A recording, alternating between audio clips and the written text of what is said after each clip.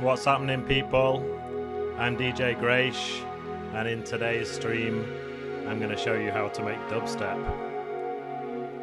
And I hope this is working now. Let me know in the chat if you can see me, if you can hear me.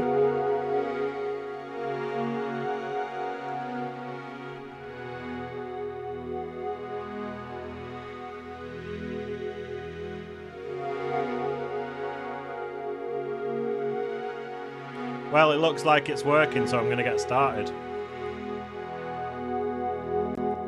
So first thing I'm going to do is just create a new live set. Don't save that.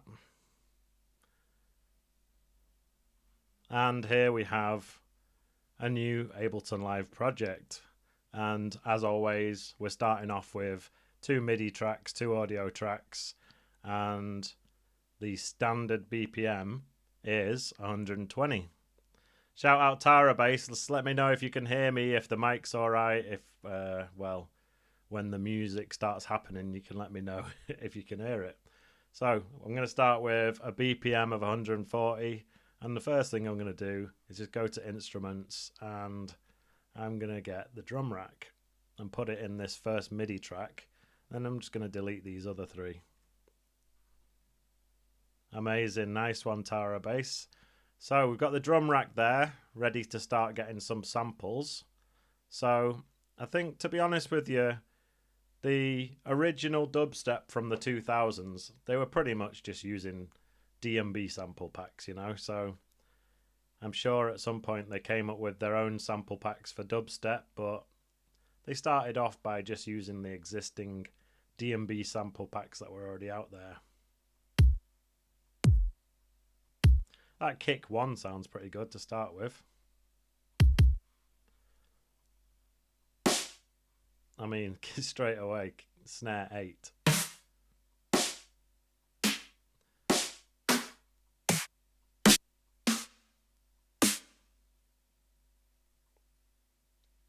You know, I'm going to put a few in just so I've got options.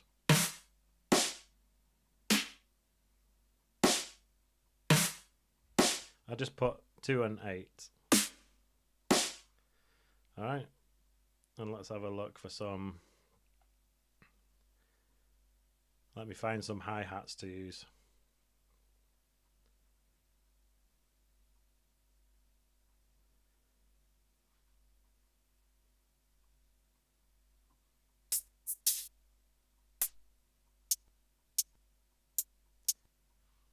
Alright, so these hats 4 and 5, and then I'll use hat 3. In fact, I'll put hat 3 over there and hat 2 here. Alright, so now that I've selected some samples, I'm just going to close this browser here and create a MIDI clip, and I'll go for 2 bars long. So all you have to do is just drag sideways like that, Shift, Command and M to make a MIDI clip, and now down here you can see that all of the samples that I just put in there are now, they all have their own row each, so that you can go ahead and put in some MIDI notes. Now when it comes to making dubstep, it's usually you have a snare on the 3. So, you know, here you've got bar 1 and you've got beats 1, 2, 3 and 4. So on the 3 you can just put a snare like that.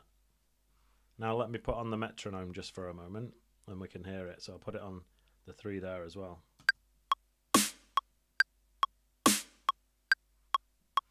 So if you want to loop it, just select the MIDI clip and press Command and L, and that's going to loop it. And then you can program in some kicks. So I've got kick 1 here.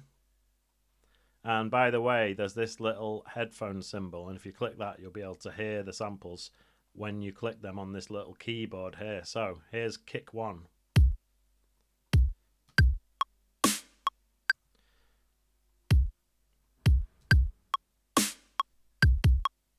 I'll turn off the metronome now. So hats 2 and 3. Actually, sorry, hats 4 and 5 are going to be my main ones. So I'll just program them in.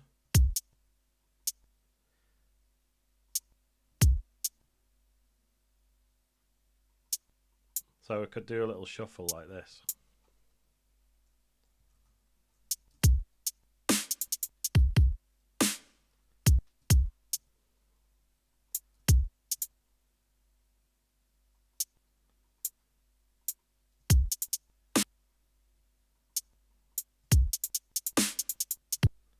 So it's all about triplets when it comes to doing these hi-hats. So you want it to go like that. So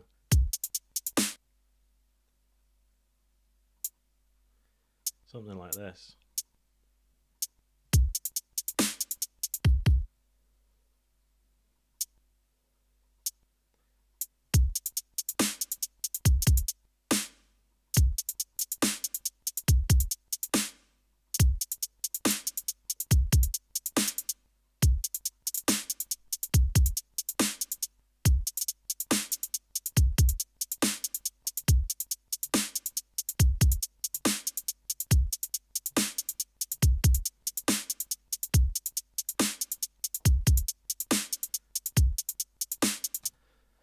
So Fionan says, do I mainly work in MIDI when programming drums, or do I sometimes work in audio? The answer is yeah, I do sometimes work in audio, especially when I'm chopping up breaks. The thing is that it's like, well, there's pros and cons to both, you know. For example, if I suddenly decided that I wanted this snare, all the snares to be shorter, but imagine if I've already put loads of snares in and sort of like built up this big pattern, I would have to go in and shorten each one. But with this, I can just go like that and shorten the thing within the simpler and put a little fade out like that. And I've now all of the snares are shorter, you know, so you can hear it's a lot shorter now. But with dubstep, because it's such a sparse drum pattern, you do have space to have a much longer snare. In fact, you can put far too much reverb on it if you want to. But I'm just going to rename this as drums. And to be honest with you, I'm just starting it off in the drum rack, but at some point I'm probably going to take these out of the drum rack. And I'll just quickly show you how you do that. So if you just grab each one and drag it over here, and then it's outside of the drum rack, and now you're going to see that this one, it's its own separate drum rack, and it's just got the MIDI for the kick, you know.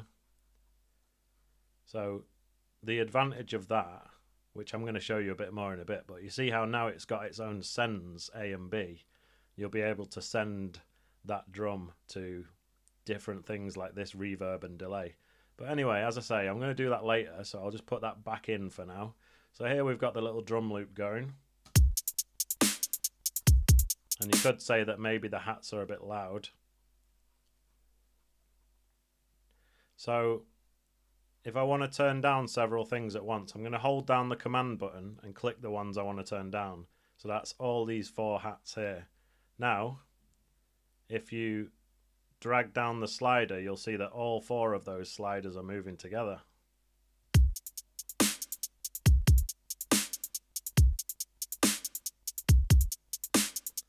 And I like to have the mixer tall like this. So if you just grab at the top of the mixer, you can just sort of drag it upwards, and now all the sliders are taller.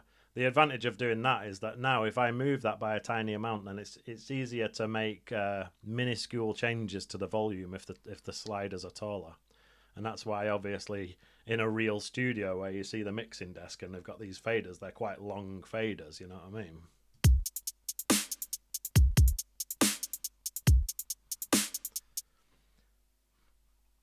So now that there's a basic drum loop there, I'm going to go ahead and start to make some kind of chord pattern or something. And I've shown you on a previous live stream that there is this, I've got this folder by this guy called Andy Druddy. And what he's done is he's recorded himself doing just a little chord, each chord, like in a reggae style like this.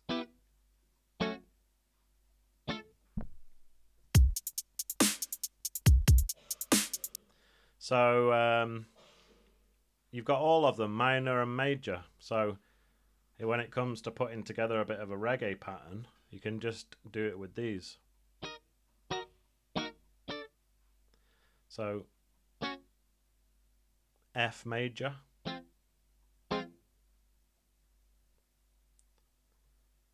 And then it could be C.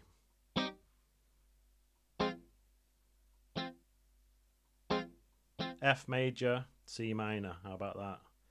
We'll just have two of each. So there.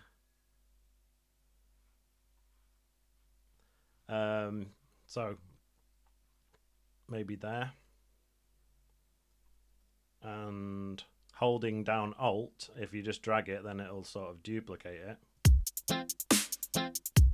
And don't worry if it sounds a bit whack, because we're going to be layering it with other stuff, and we're going to be putting effects and stuff on it. So right now it's sounding a bit dry, and quite frankly it sounded slightly out of tune, but that doesn't even matter. So C minor. So should it go up or down? Alright, we'll do down, so it's the C minor low. I'm just going to hold Alt and drag it. So let's have a listen to that.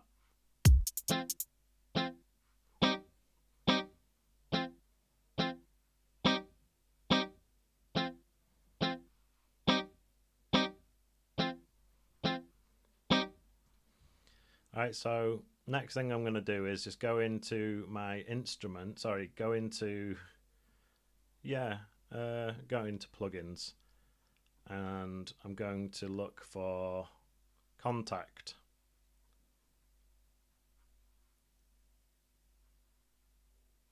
So Contact 7, and I'll just drag that in. And shout out to my brother DJ Fully Loaded, aka Mark Pearson. Thanks for joining, man. So I've got the Contact there, and I've just created a MIDI clip.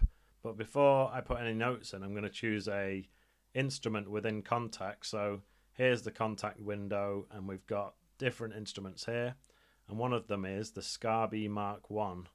Actually, I'll go for the organ. So various different organs in here, and I can just drag this to make it a bit bigger. So let's have a listen to some of these. Actually, I think I do need to put in the MIDI first. So I'll just choose any random one, and then do the MIDI, and then come back and change it. So I had a F major. So first thing I need to do is look for F, and what's going on? So there's the F. That's F. F2.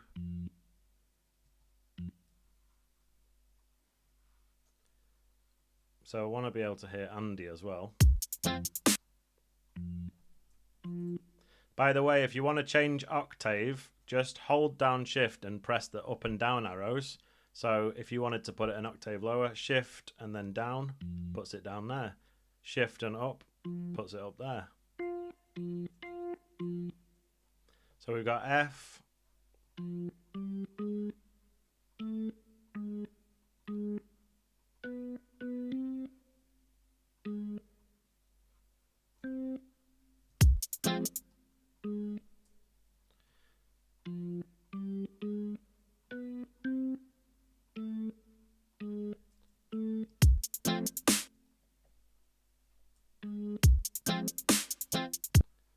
Right, I want to change this to the Scarby Mark 1 because I don't like the organ. And sometimes you just have to do a bit of trial and error. So Scarby Mark 1.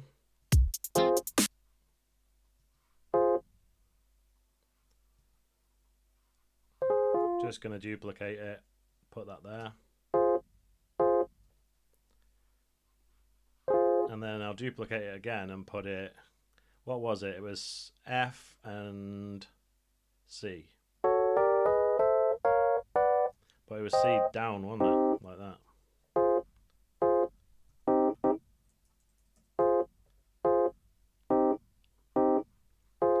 Alright. Hear it with Andy.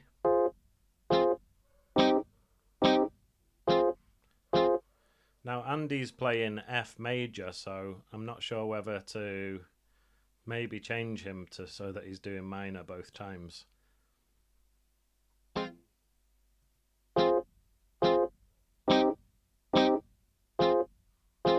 It's alright. Alright, I'm going to duplicate the contact, but on the duplicated version, this one I'm going to put it to a piano. So there's a piano within here called the Gentleman. So I'll choose the Gentleman and a basic Gentleman. Now we've got Andy playing his guitar. We've got a Rhodes piano and a normal piano all together, and it sounds like this.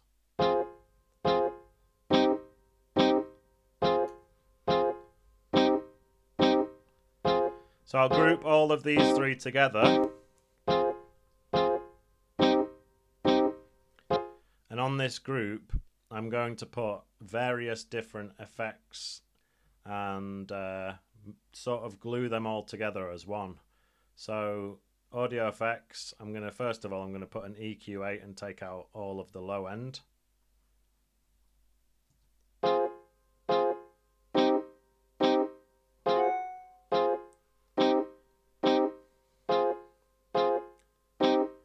Alright, next I'm going to put a bit of delay on it.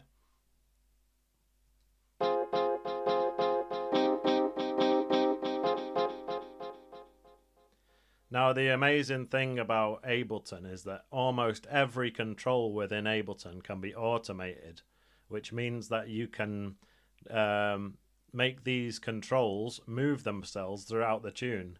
So you can start it off with no delay, with this dry wet turned all the way down, and then as the tune progresses you can make it crank up gradually, you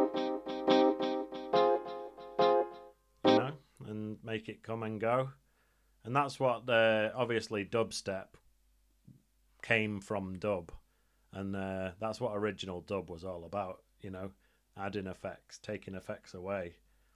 Just the whole thing is basically one big live performance on a mixing desk. So even though we're making dubstep here, it's going to be a dubby dubstep kind of tune. Yeah.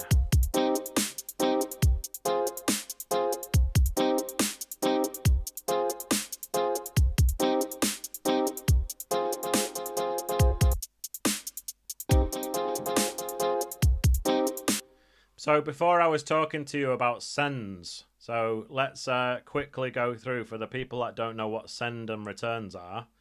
If I close this, you'll see that here you've got sends A and B, and it's these two knobs here. And then over here you've got these two channels called reverb and delay, and you'll see that they say A and B. These are return channels. You can open them up and you can see that on the A channel, here is that reverb unit.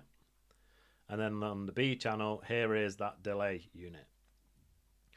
Now the idea is that you can just turn up this knob and it'll send this to this reverb track. So listen what happens as I turn it up.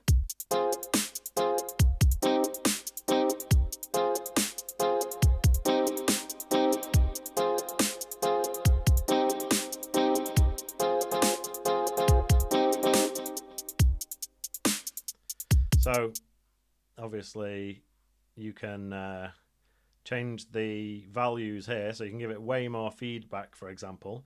One thing that's nice to do, instead of having it synced directly to the BPM, you can change these so that they are independent. And you know, the original dub guys were using a tape delay, which wasn't so accurate.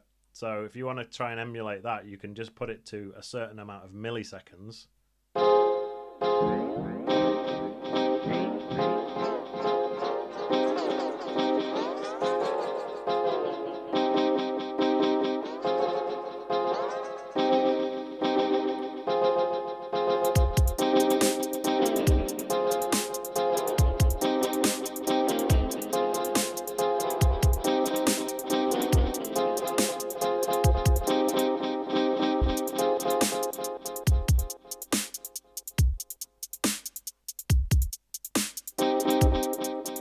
Alright, so that's a little bit about sends, returns, and using reverb and delay. Now I want to talk to you about the wavetable synth. Now, a little story for you. Many of you probably don't know me or probably haven't listened to my music before, but I've actually been making music since 2008. That's when I first got my own laptop. I'd used someone else's software before that, but when I got my own computer and started doing tunes, I was a dubstep producer. And back in the day, Ableton Live didn't have a wavetable synth. You had to, mainly if you wanted to get dubstep style bass lines, you could use different types of VSTs and stuff, but this didn't exist, and this is absolutely amazing. So I don't know if you knew that, but within the wavetable synth, there's this little arrow here, and when you press up, look what happens. It's basically a full screen synth, so that's amazing. So if anyone wants to hear my old school dubstep, just go to grace.bandcamp.com, and the link is in the description, and listen to the first couple of tunes on there. And full disclosure, the production quality isn't as good as I am now, but I was having fun and learning and stuff. And this was like, there wasn't really any YouTube tutorials back then either, so in order to learn, I used to go on a website called dubstepforum.com. So that's basically how I learned to produce. Anyway, so this is the wavetable synth. And if you go to options here and turn on the computer MIDI keyboard, now the keyboard of your computer is like a keyboard, like a musical keyboard, right? So if you press these buttons, you can play it. Now, the initial patch here is it's just a sine wave. So what we're going to do first of all is change that. So if you drag this slider up, you can change it to a triangle wave. You've got the saw wave, you've got the square wave. So if you put it somewhere in between, it sounds like this. And then the Z and X keys will actually change the octave of the computer MIDI keyboard. So press Z a couple of times to get down into this register. All right, now I want to just talk to you about this thing over here called the matrix. Now the matrix is a grid of different controls, and along the top you've got the envelopes and LFOs, and down the side you've got various different controls within the synthesizer. So this slider is called oscillator 1 position, so it's the position on the wavetable, and as you can probably see on the matrix there, as I drag this slider up and down, you can see it moving, right? Now this grid allows you to make these envelopes and LFOs control these different things. So for example, LFO 1, and by the way, for the guys that don't know, LFO stands for low frequency oscillator, and it's just a way of making things wobble, like whoa, whoa, as it goes round in a low frequency manner. So low frequency oscillator 1, if we turn up this value a bit, now when I press the key, watch what happens to the wavetable position. So you can see it's oscillating it, and if you click on LFO1 and change this rate, you can make it happen faster or slower. There's also this little note here where you've got the rate now, and you can change the rate to an 1/8, a 1/16, which is faster. You can put it down to a quarter note.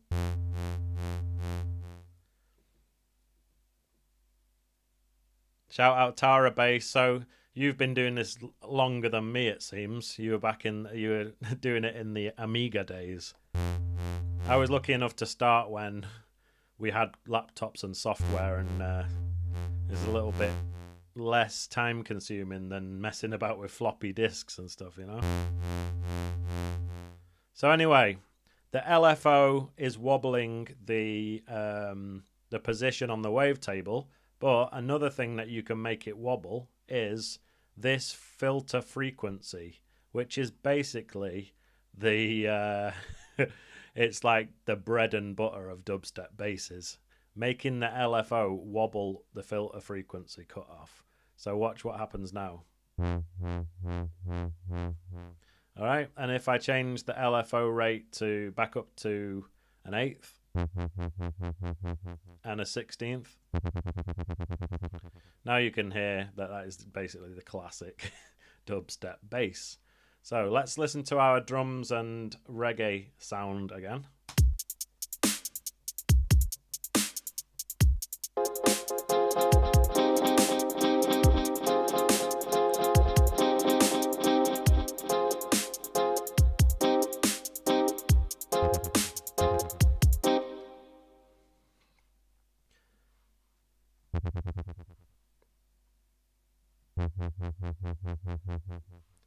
So you can use the computer MIDI keyboard, or you can do what we did before and just draw in a section like that.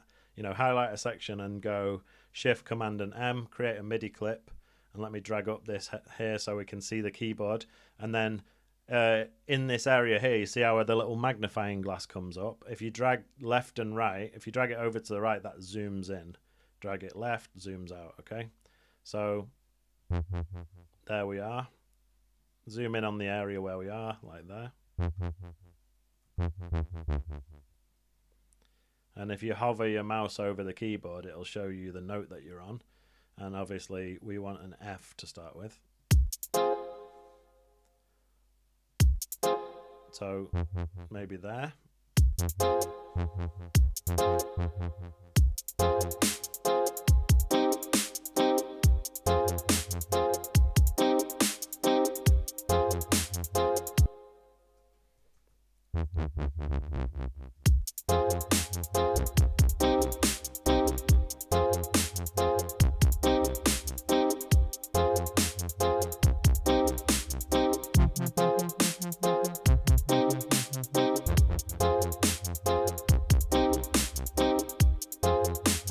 Now that's how you make the sort of higher wobble, but I want to also show you how you can make a lower wobble. So we're going to drag in another wavetable.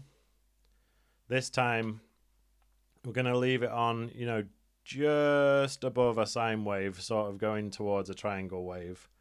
And it sounds like that. It's quite subby. Now what I'm going to do with this one is in the matrix, LFO1, instead of making it wobble the frequency of the filter cutoff, what I'm going to do is we're going to make it wobble this, which is called the amplitude or oscillator 1 gain. So LFO1, oscillator 1 gain, turn that up to get a bit of a value on there, and then when I hold down the key,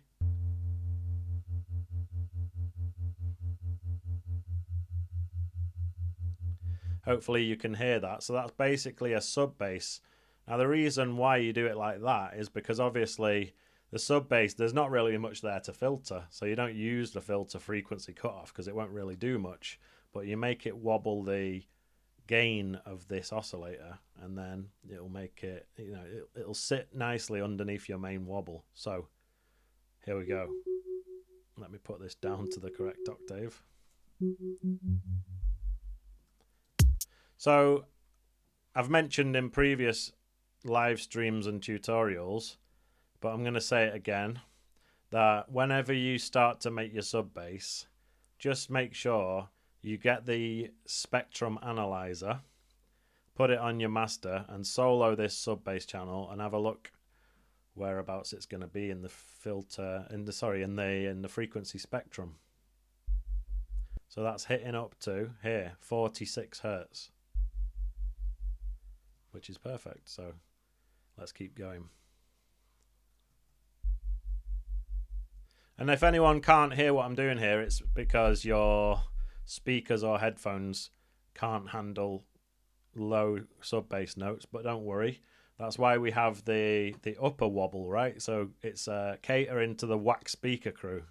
If you're listening on your phone speaker or your AirPods or whatever, you'll still be able to hear some sort of bass line. So let's play them both together.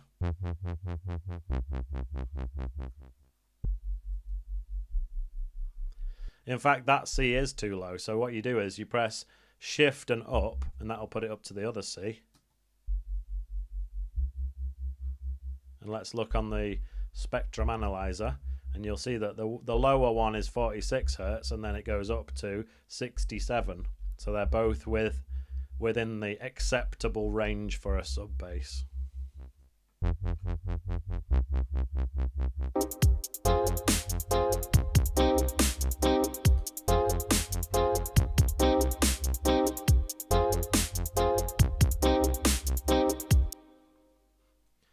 Now, within the wavetable, you've got two oscillators.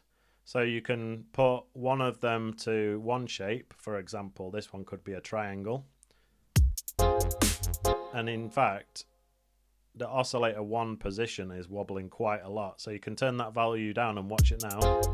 It's only wobbling it a little bit, you know. It's a lot more subtle. And then with this one, by the way, look here, you've got basics. If you change it to harmonics, look at all these. Look at this up here. There's so many different shapes that you can choose from in here. It's almost endless.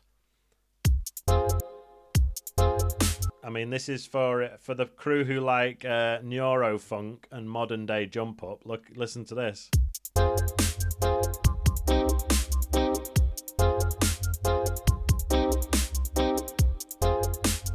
Anyway, LFO 1, oscillator 2.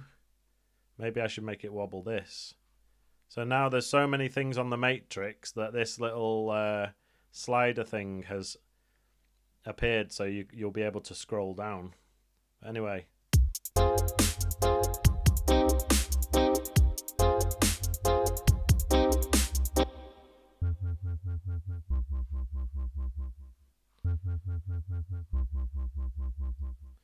So let's do some processing. So now we've got it split, that we've got a sub bass and a top bass, and that means that the top bass, we're free to do whatever we want. So make sure it's not got too much low end in it, because we've already got that covered with the other track. I can get a compressor on it.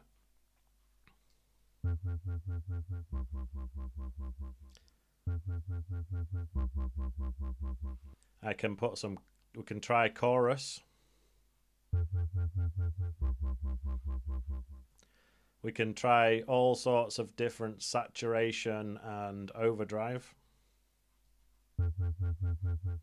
With saturation, I usually like to turn the output right down first, so you don't deafen anyone, and then turn the drive up to roughly match it, and then have a listen. So that wasn't enough, so crank the output down a bit more, crank the drive up again.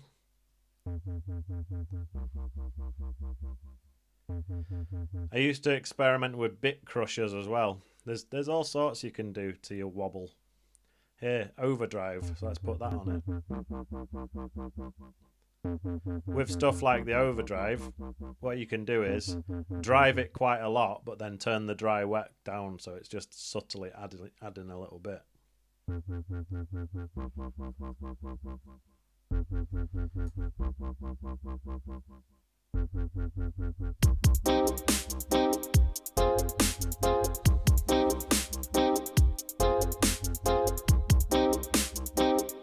Alright, so as I was saying before, hang on, before I go any further, let me save this because we don't want it to crash and lose everything.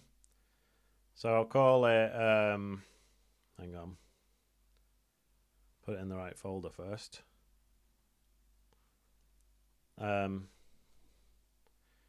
Stream step.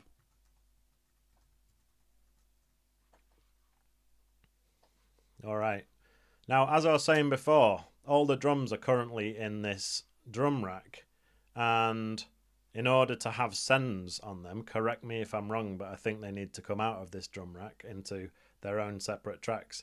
So as I drag each one, I'll just rename it. So this one is the kick. This is our main snare here.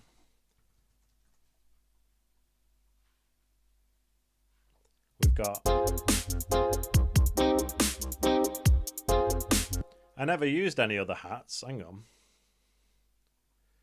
So I dragged in these 2 and 3. I was supposed to use that open hat, so like this. And then this hat 3 is one that I sometimes like to layer with the snare. And hear how it sounds. So we put the open hat there as well.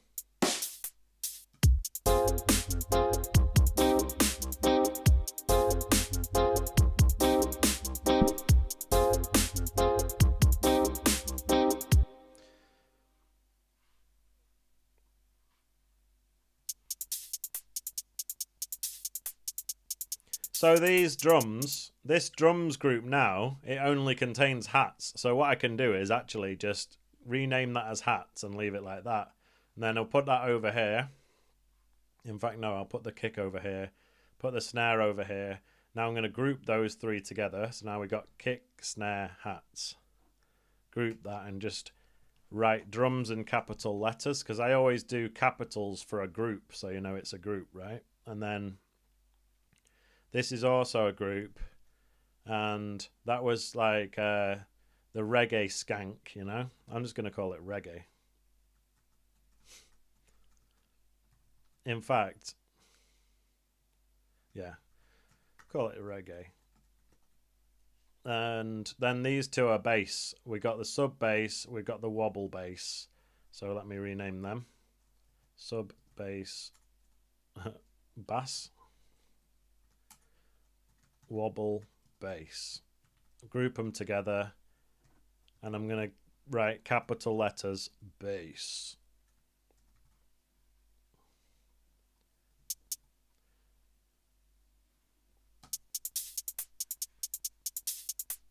So that hats group now, what I can do is put processing on that all together.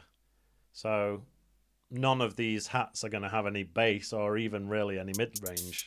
As you can see, the majority of the action with these hats is happening right up there from above 3K. And I don't know why it's got any sub bass in it at all, but that's got to go. So all you do is just choose a high pass filter like that and go like that. And obviously it's up to you how much you want to take out, but I think that's about appropriate, you know.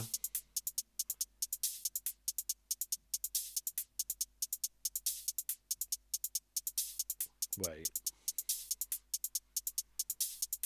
let me close this.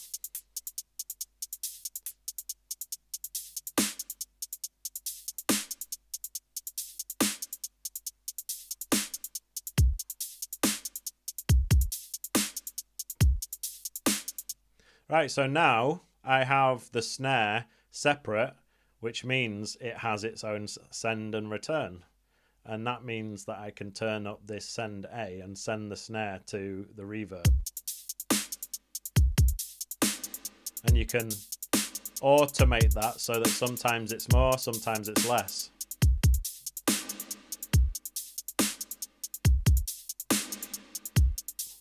In fact, you know what I'm going to do? I'm going to put the delay and reverb on the same return channel. So, all right, so B will be, send B is just delay. Send, actually, you know what I'll do? I'm going to make a new one, which is return C. So if you go up here, there's obviously a shortcut for this, but if you want to just go to the menu, you've got create and then insert return track. All right, so now you've got a C return.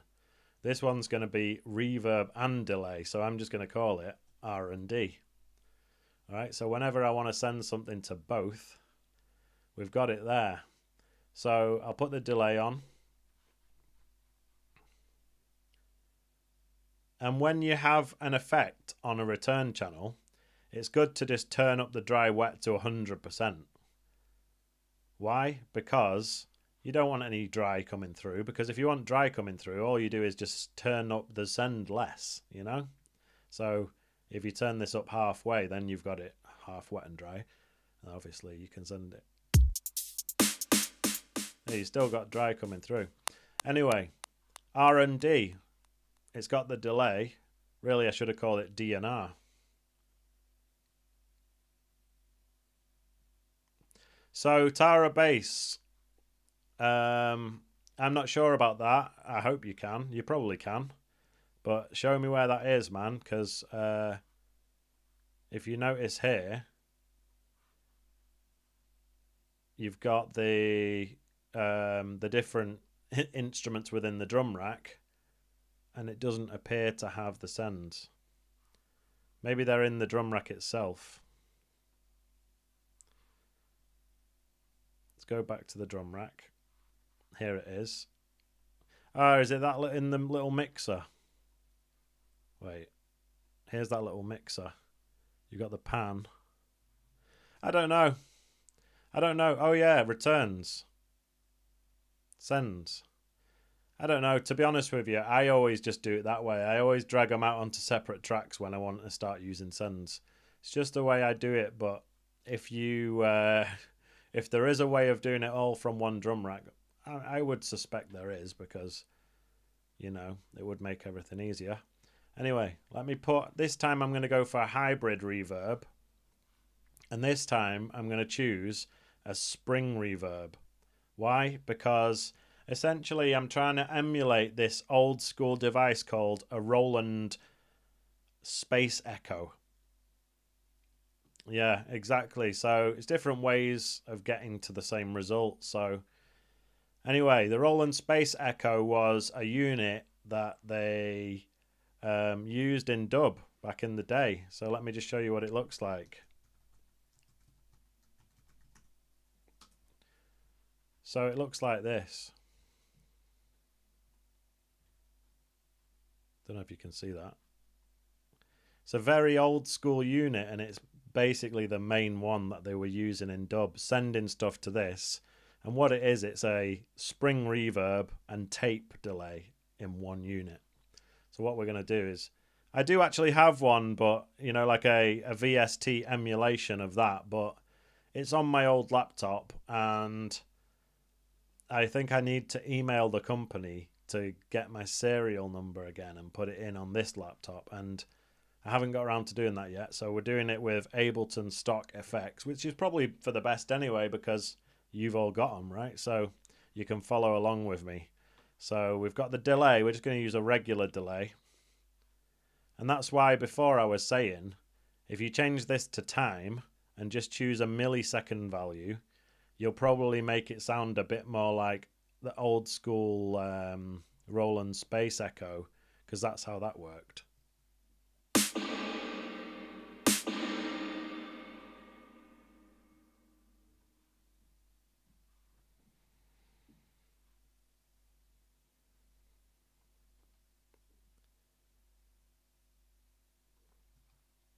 It does sound amazing, but probably a bit more sparse. I don't want so much pre-delay. Why is it on 10 milliseconds?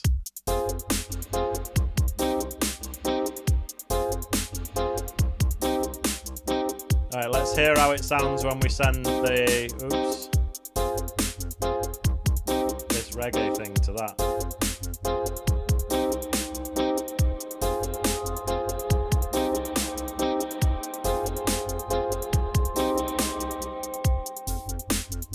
What we need is less decay on the reverb, more feedback on this.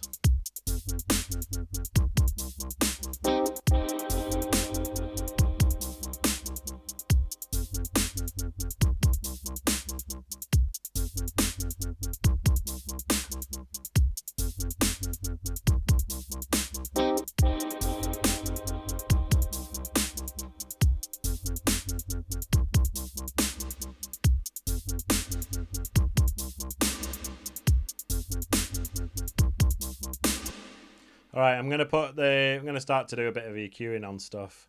So let's get the EQ8, put that on the snare, take out all the sub bass out of it.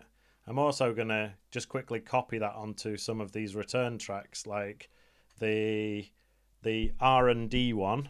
I'm just gonna copy that onto there, make sure no bass at all is being sent to that.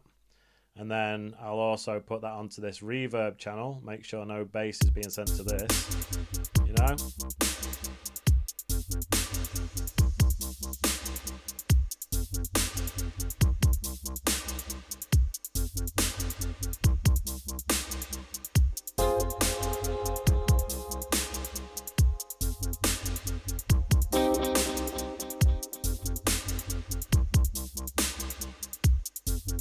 So the wobble bass, you know, you can opt to have that upper harmonic layer or turn it off. I think it sounds better without it, to be honest. And then these, like for example, look how much the filter is moving. It's a lot, right? But what about if we turn down this value here and then watch the filter?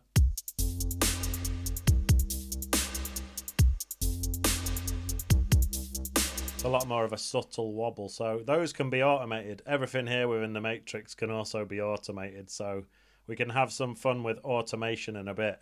But I think first I need to continue making some more instruments.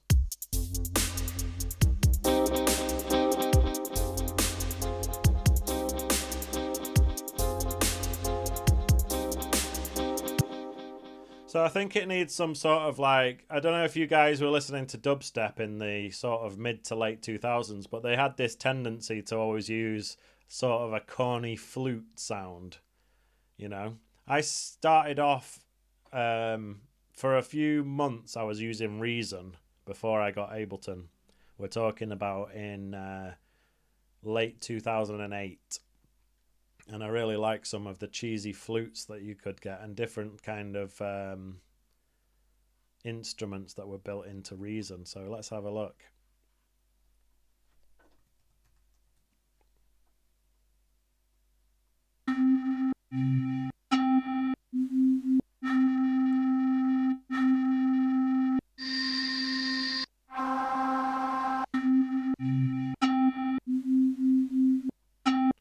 No, not really feeling those. Actually, in the 0G, there was...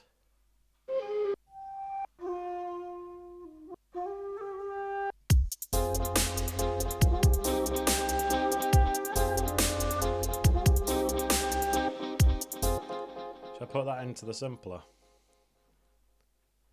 Wait.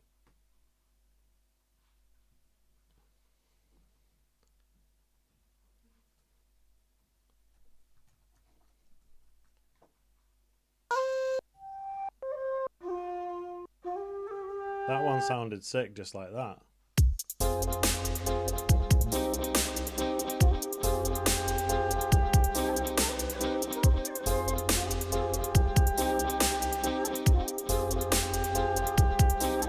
You know what? I don't even want to use the simpler. I just want to put that in there like that and just use that one note. Now this isn't what I was going for, but this is a bit of a happy accident.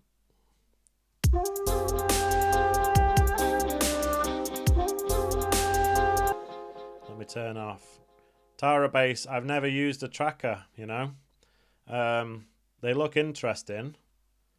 They also look quite technical, but it's a challenge, isn't it? And do I accept the challenge? Definitely, especially when I start to struggle for things to make. When I start to struggle for ideas for the YouTube channel. This flute's nice, isn't it? Not sure about just the last note of it though, so maybe I should bring it back to there. Do that.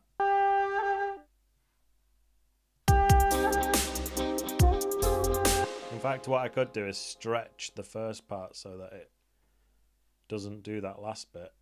So in order to do that, what you do is turn on warping, make sure you've got your first yellow warp marker there, and then I think it was around here somewhere that I kind of wanted it to end, so just do that. Stretch that right out to the end.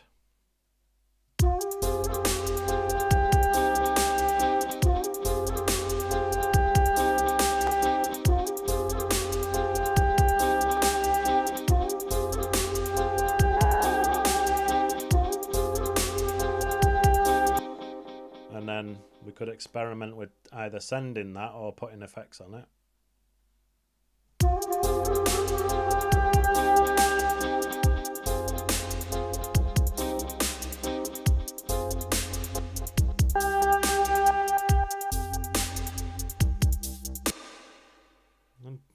I was thinking something like that.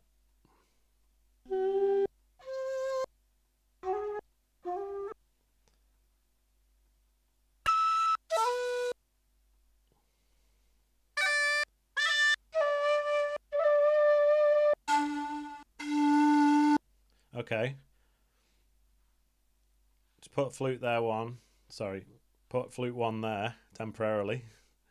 I'm just going to grab the wave table, bring that down. Sorry, no. What am I doing? I'm just going to grab the simpler. Instruments, simpler. We need one of those. There.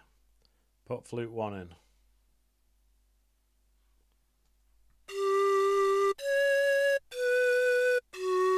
So before, when I was talking about a cheesy flute, this is exactly what I mean.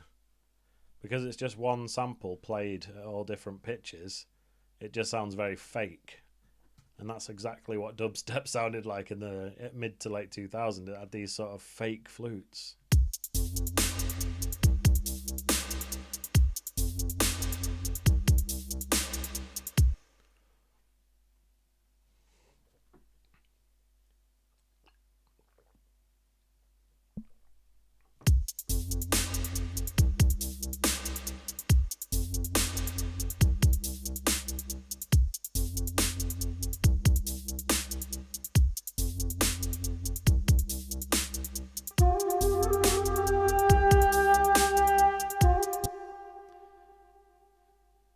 Now, I don't usually produce this loud, but there's been a couple of, in the last couple of streams, there's been people saying, it's not loud enough, you need to turn your mic up, you need to turn the music up. So, in this one, we're going all the way to the top. So I'll just stick a limiter on there to make sure it doesn't go over.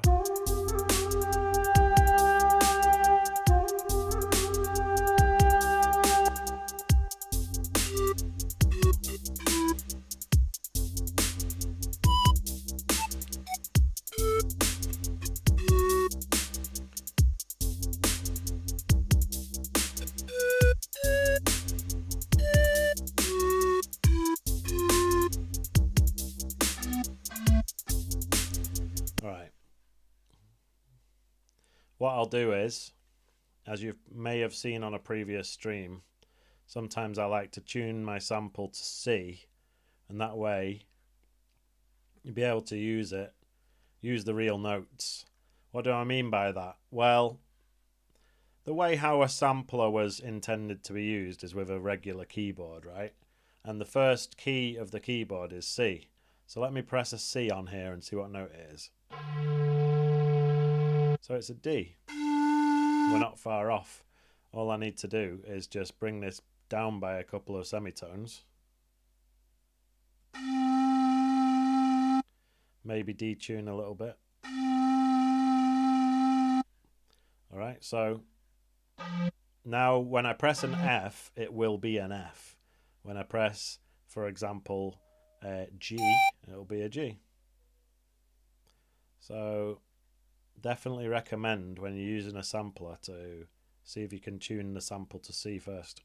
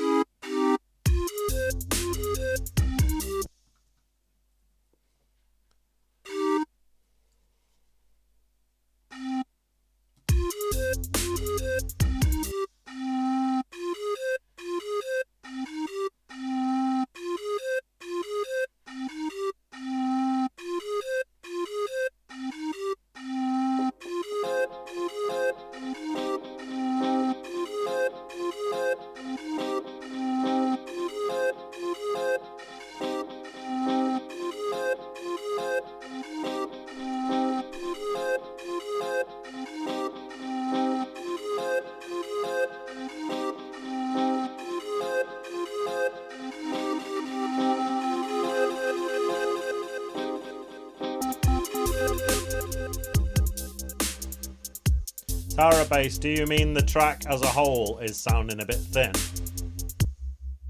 Maybe I need to bring up this sub.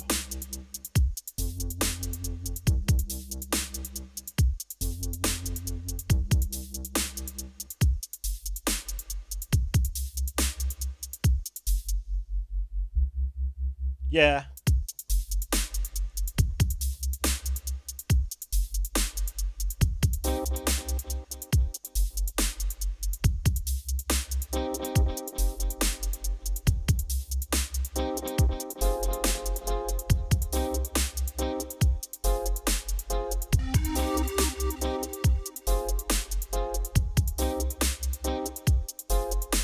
Out to all the dubstep crew.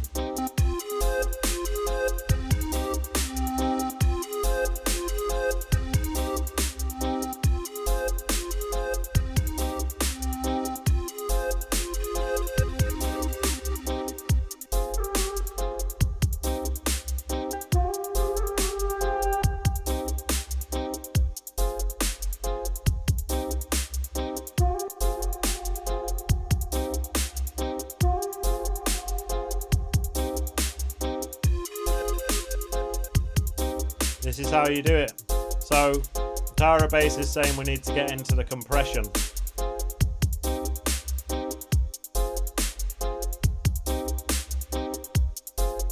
I think you might be right.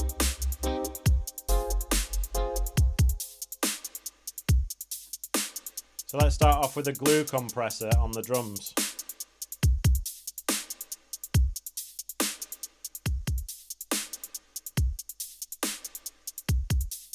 So sometimes it's good to turn the attack a bit slower. Just catching them peaks, you know.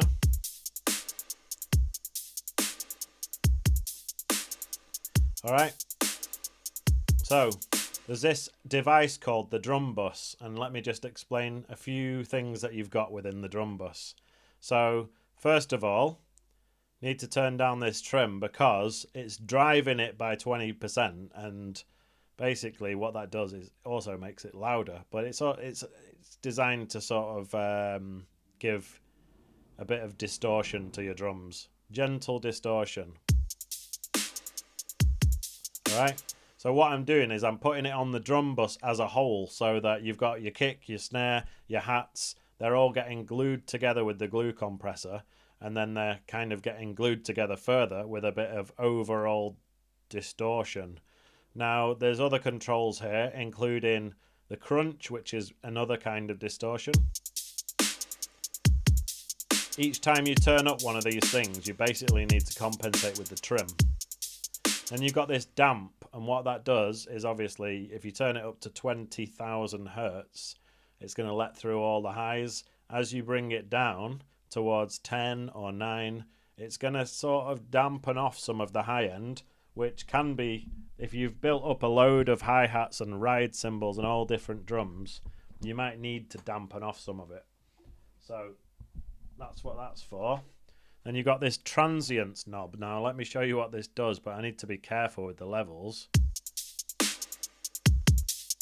because as you see, as soon as you turn it up, then it starts going over. But basically, if you turn it to the right, it'll let more after the transient come through, so like extended drums. If you turn it to the left, I'm just going to show you what that does. So turning it to the left sort of tightens up your drums and only lets the transients through. All right. Now, the next column, it's got boom at the top. What that does, it's almost like a little synth that adds some sub bass to the drums, and there is a frequency there which is currently set to 50 hertz. So if you turn up the boom, again, I'm not sure if this is going to distort it. I'll just turn this down on the trim first of all. I don't know if you can hear that. For the people who are not listening through very good speakers, you won't hear it, but what that's doing is it's adding a load of bass in the 50 hertz region. In fact, if I crank it up to about 80, it'll make it way more noticeable. You know?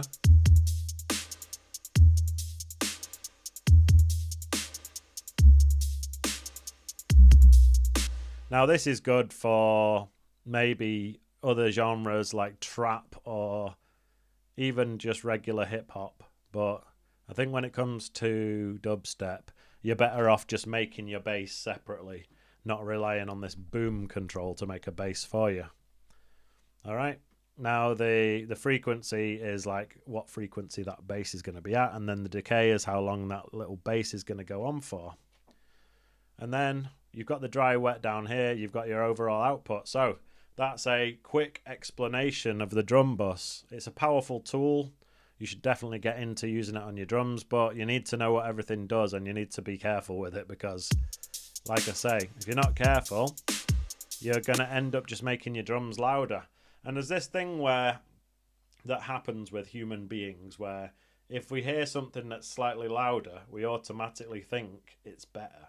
So you put the drum bus on your drums, you automatically think your drums sound better, but sometimes all they are is just a few dB louder.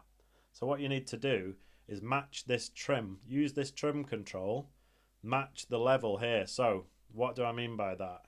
Click this little where it goes to infinite on the drum bus, right? And look at the number. As you can see on mine, they're hitting up to -3.5 dB. Now we turn on the drum bus. Now I've kind of overcompensated, but what you want to do, use your trim, make sure your drums are hitting up to -3.5. Then you can do a comparison A-B. Right, that's about matched. So now let's turn it off. You can definitely hear a lot more fizz in the hi-hats with it turned off. Turning it on, it's like controlling the hi-hats, you could say in a pleasant way, but that's just that damp knob. So let me turn that up to 20 kilohertz, and now let's listen. So now you can really hear what else it's doing, which is a bit of sort of a compressed effect with gentle distortion.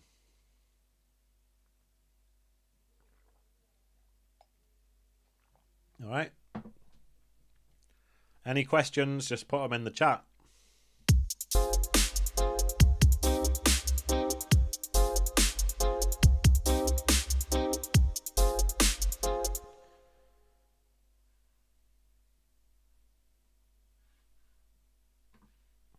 And by the way, inside the wavetable synth, there's this section over here called unison.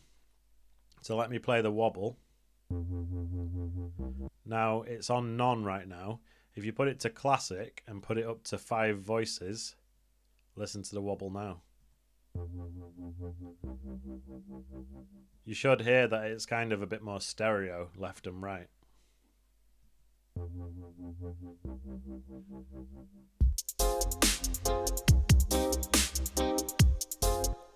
Now this sub bass channel,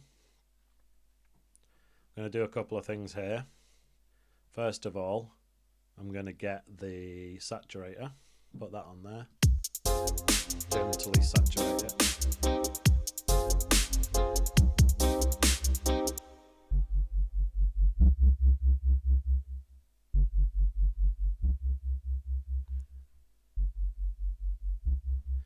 Okay. Now, I'm noticing that there's like this sort of overlap here when the new note comes in. What you need to do there is, you've got one note ending exactly when the next note starts, right? Sometimes with sub bass, it doesn't behave well. And what you need to do is hold down the command key or control on Windows, drag the end of the note slightly sideways so that it doesn't touch with the next one. So there's a very subtle gap between one and the next. Let's take another listen. Right, it's still doing it, so I need to bring the gap a bit more.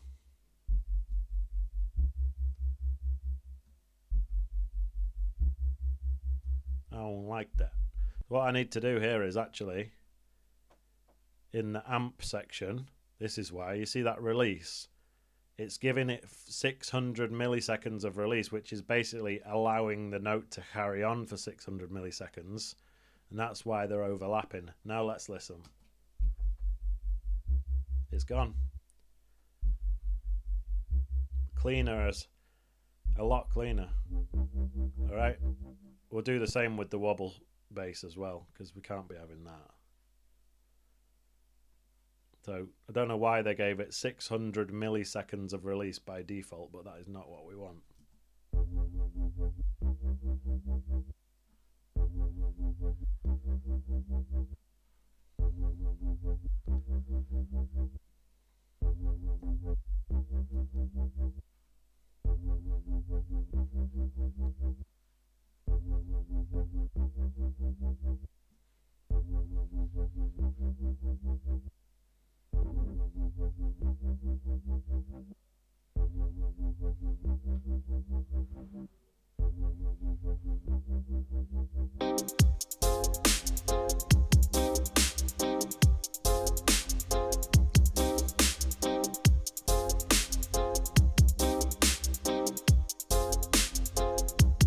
Yeah.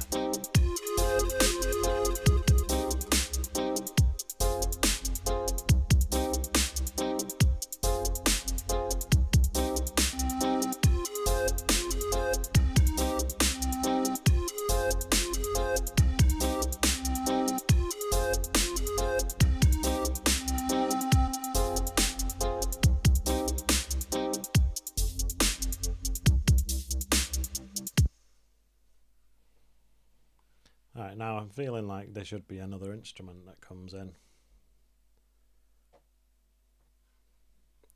Let's have a listen to some random instruments within here and maybe something will jump out. Oh yeah, there could be like a low trombone note.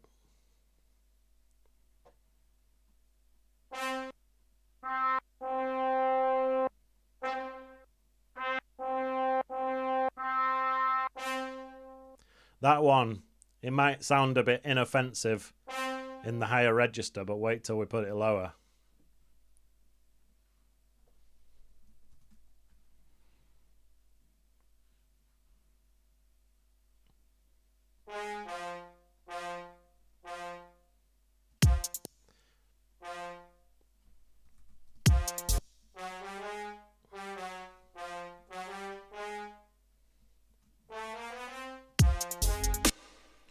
I want it da da da.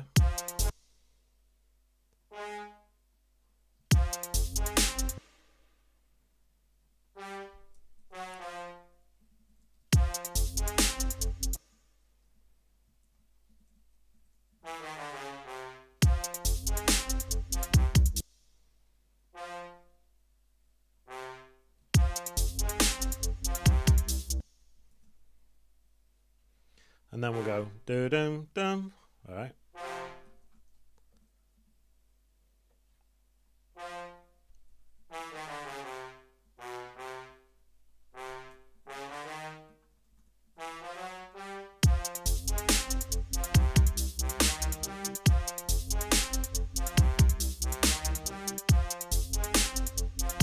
All right, let's try this in the lower octave.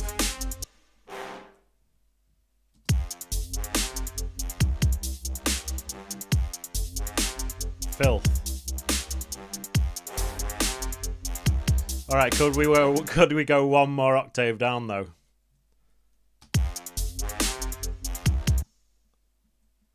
Wait.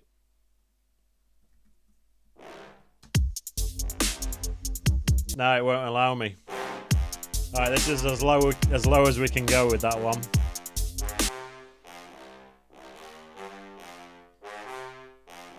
In fact, you know what?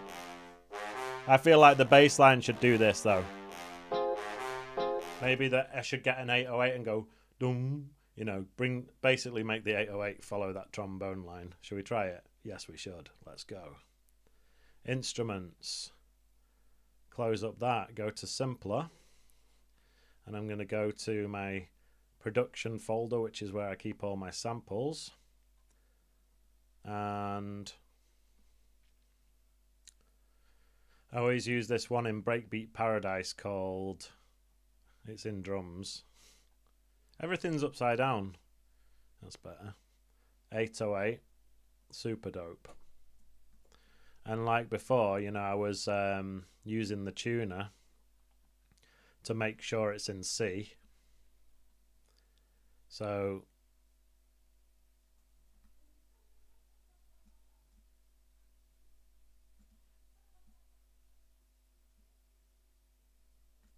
it's so low you can't even hear it. In fact, no, it's because it's soloed.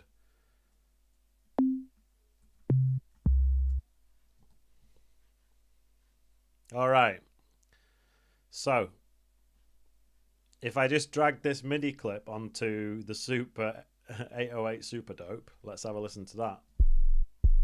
All right, so it is too low, but I'll bring it up an octave.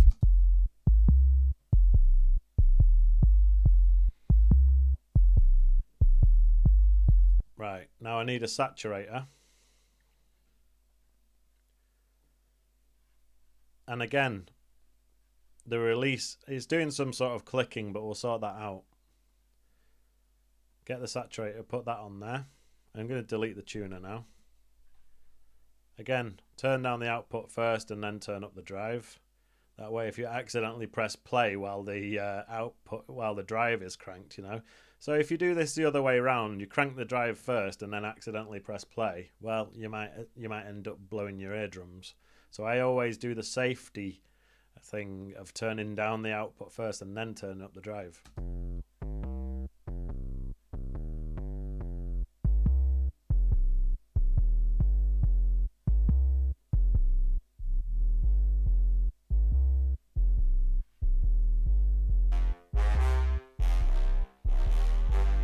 This is getting a bit grimy now, but I like it.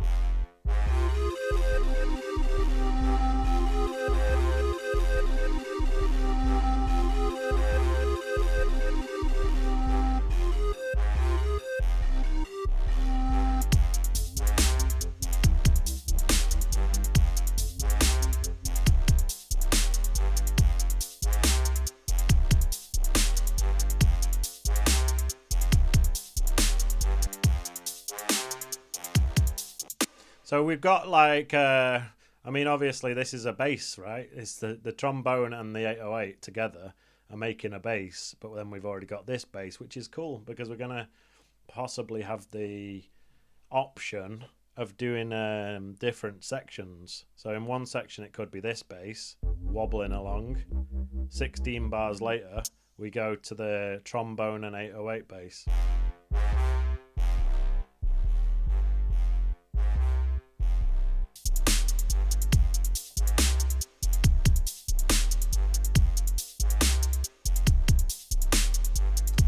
So I'm starting to feel like we're getting towards being ready to do an arrangement, but there probably should be some sound effects and stuff in there, so like bleeps and stuff, you know?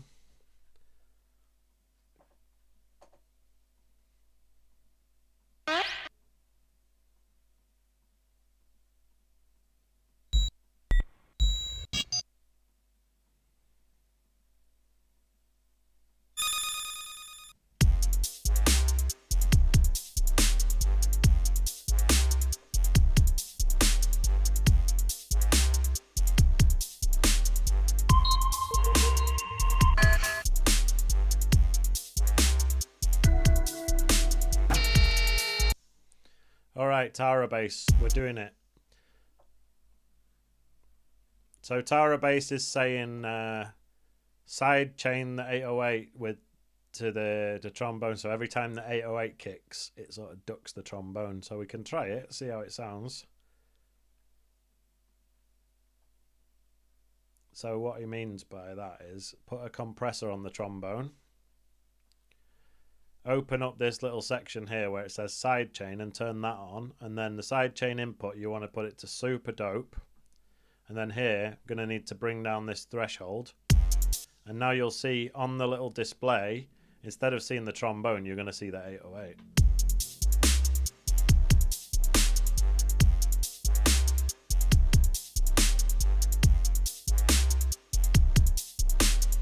Maybe it's best to do it from the kick though.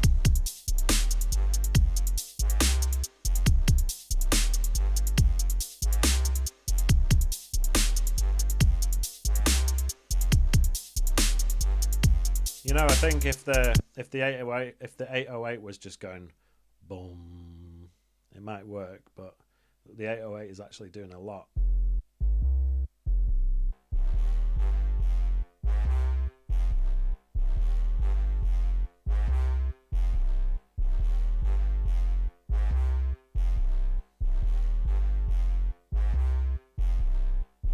What do you think, Tara Bass?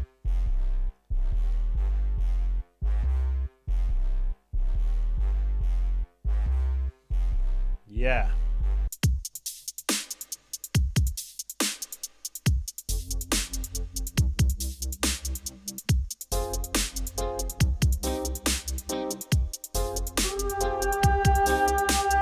Anyway, that's got a long tail.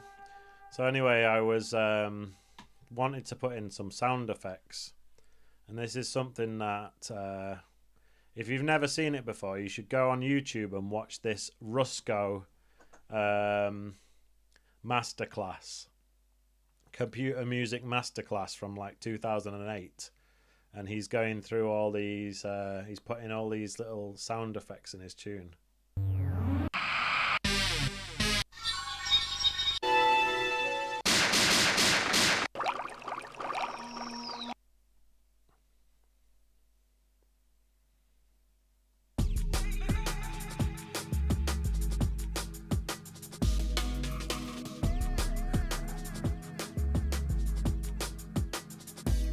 That's a really nice tune, but it's not what we're after.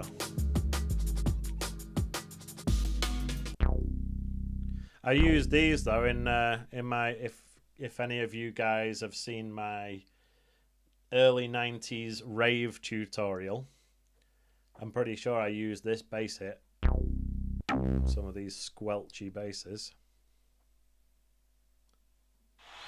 Let me hear ya. Right now. They're not. Right now. They're too cheesy. Right now.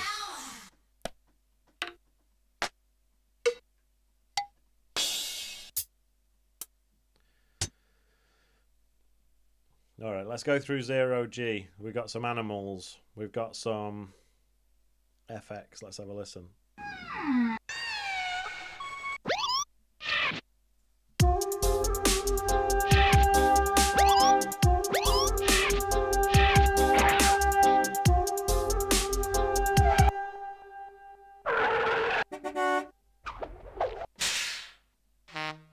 How about that with the snare?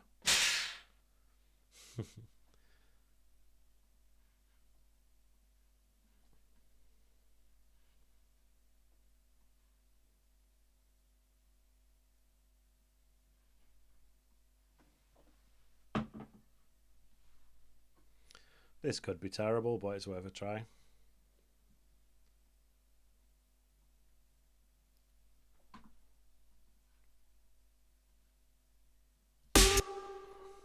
Definitely slapping.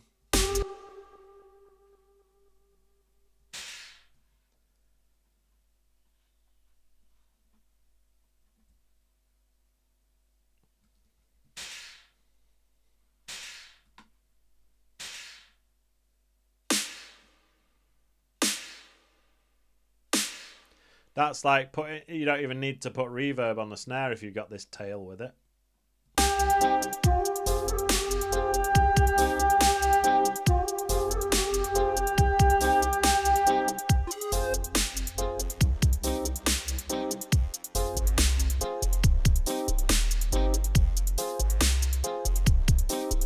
Yeah.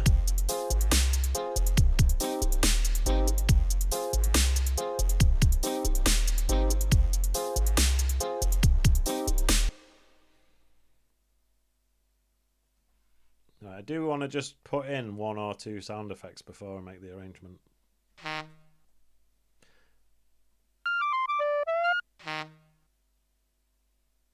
I mean, I don't know if that's a car horn or if that's actually an instrument, but I quite like it as an instrument.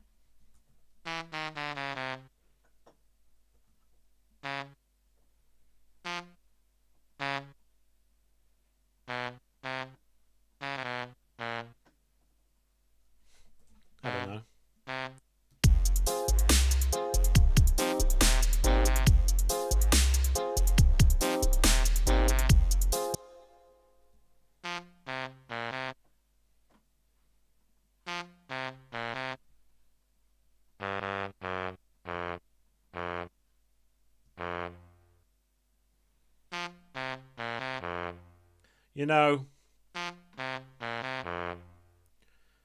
maybe this is like after the tune's been going on for a bit and then like you need a new instrument to come in. Could be this thing.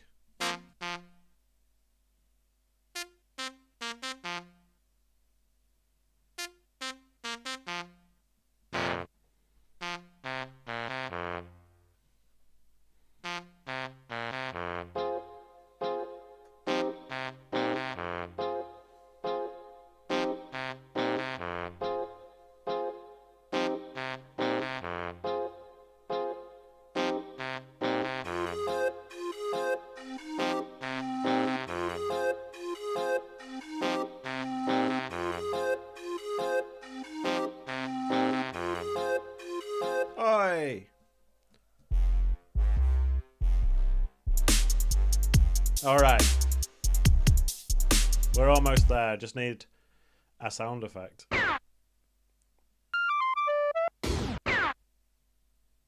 Alright, we'll just have that.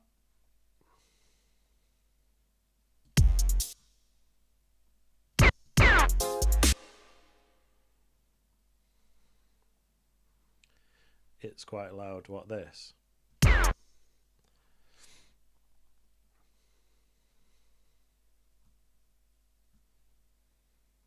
Alright, Tara Bass, you know what? I'm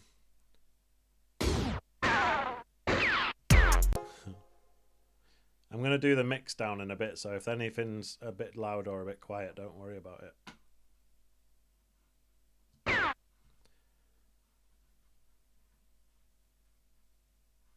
That's going to have its own delay on it that's going deal. Maybe ping pong. No gunshots allowed in this one. But is this a gunshot? It's kind of ricochet, isn't it?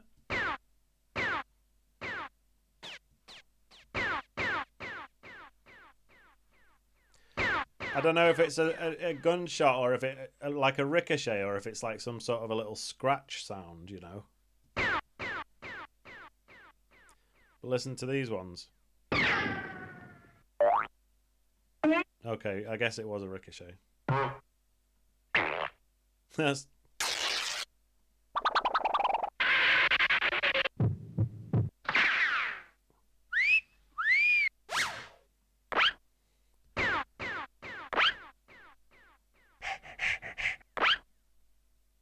Alright, I'm going to use this one, not right now, but later.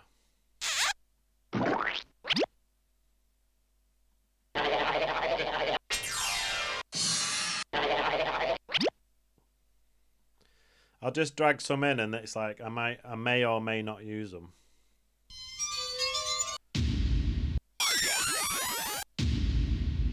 Right, this one, they call it an impact, right? So what we're going to have is we're going to have a first section and then it's all going to drop down and then there's going to be the impact.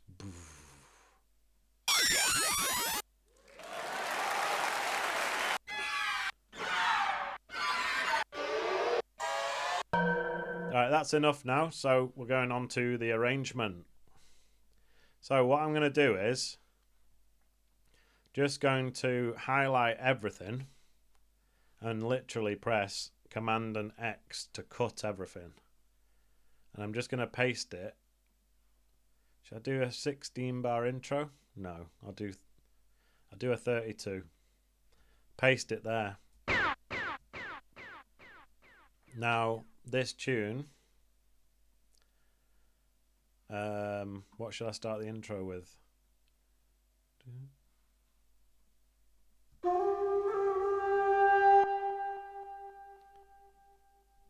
Alright, flute. That flute.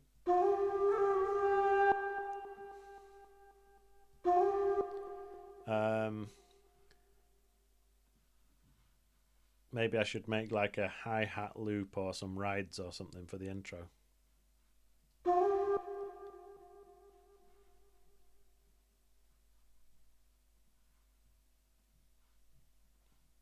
Or could it be these hats here?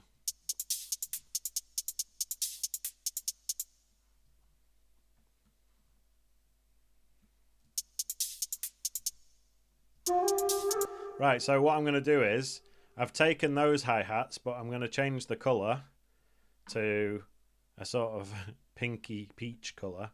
And on this one, it's going to have less skippiness.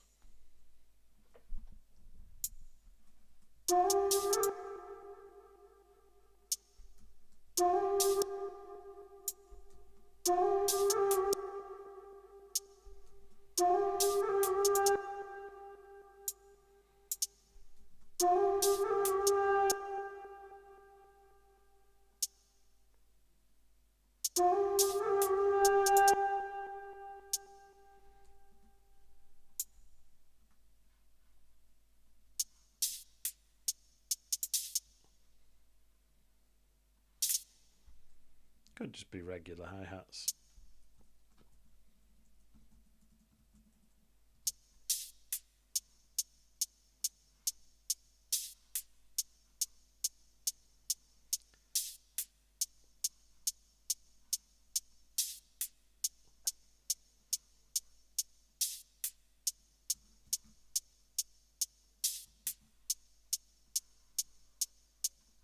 What I'm going to do is I'll just cut out the first bit there and then this last bit here. So all we've got is one little note of the reggae that goes like this.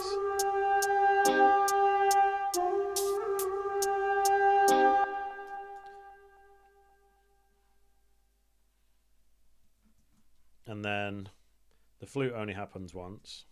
Oops, that was the hi-hats. Ditch that. So it goes like this.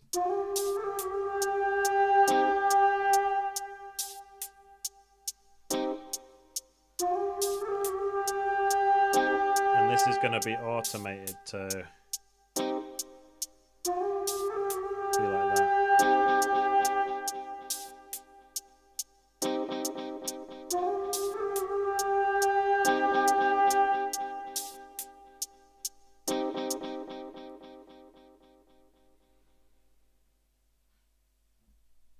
Duplicate everything. And is the flute going to come again?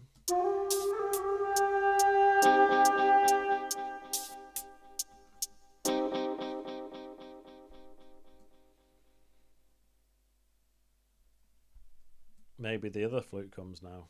This one. And then the reggae thing comes like properly.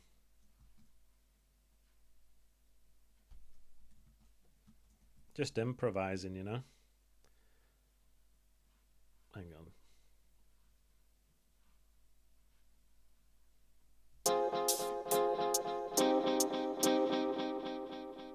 Why did these get shorter?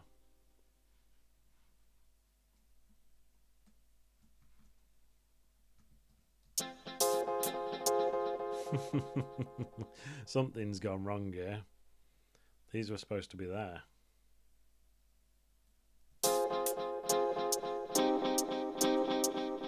Alright, so this is what I was on about before when I was talking about automation.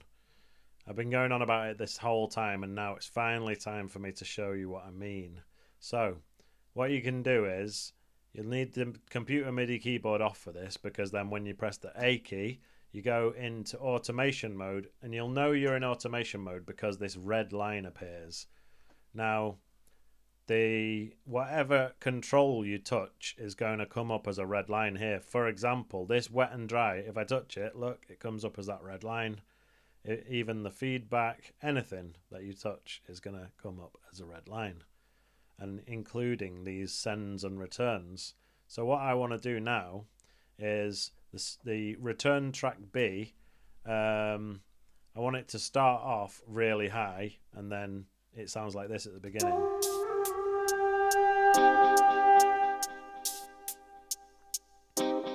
Then after, in fact no, what I want to do is turn it down, but then I'll automate it to be up here, like that. That way when we get to bar 9, it's going to go right down, maybe to this level. And it's still going to be sending it a little bit, but just nowhere near as much. So let me show you what I mean. The first 8 bars sound like this.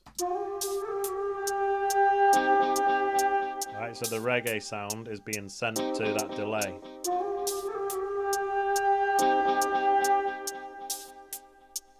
Now listen to the reggae sound. Way less delay on it. And what happened to flute 1? I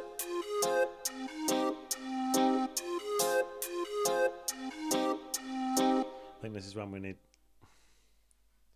Actually, I think the drums needed to be there.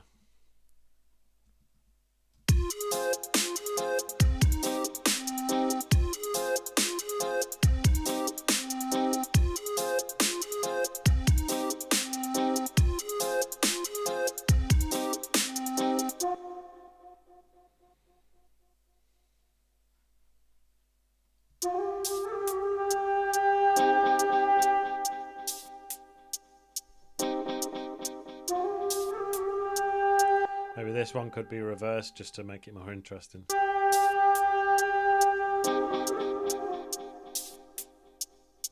And then going back to talking about the automation. Shout out MFC Barcelona.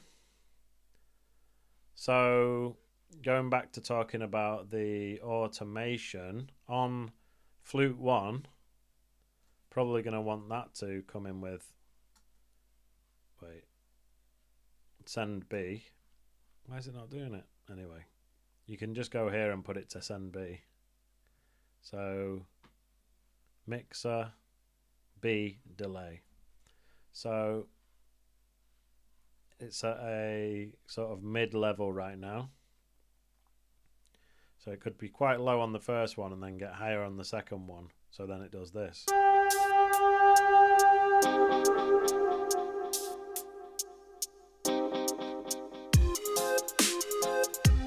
And then what you can do with these automation lines is, if I get rid of this pencil tool, you can make it ramp up like this. You can draw in these lines that just gradually get, so it turns it up and up and up. And I'm going to show you what this does. So let's play it. Now watch this send B here. See how it's gradually going up and up and up.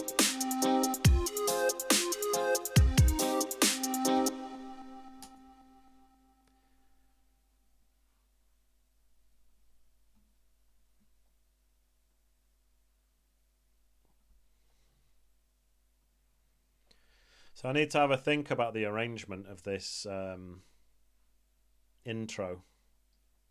Now, I don't really like flute, actually.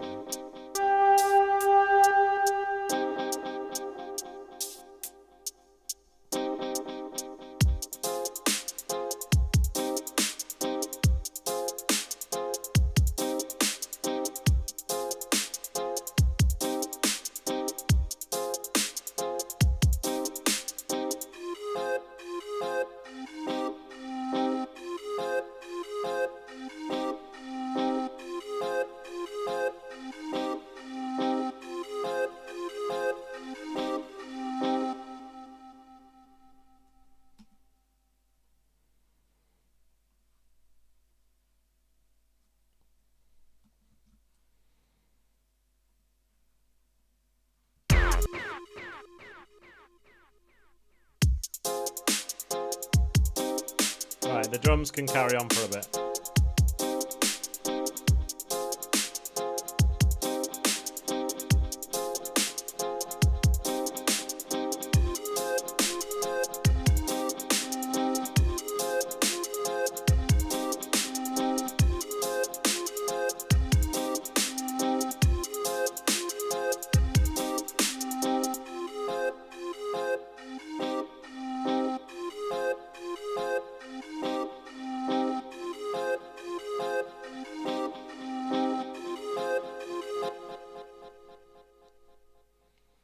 So I think these last three are going to get removed.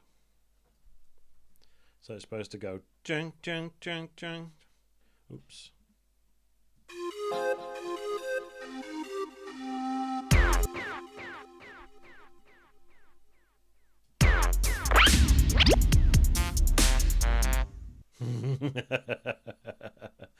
So, you know, good bits and bad bits.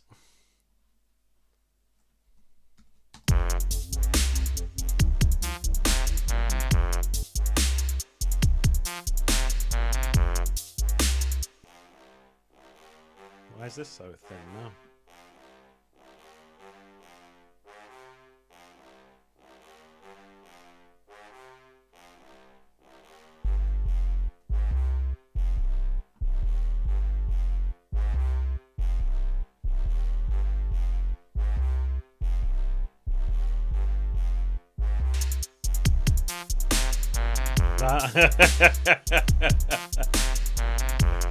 Stop it. Oi.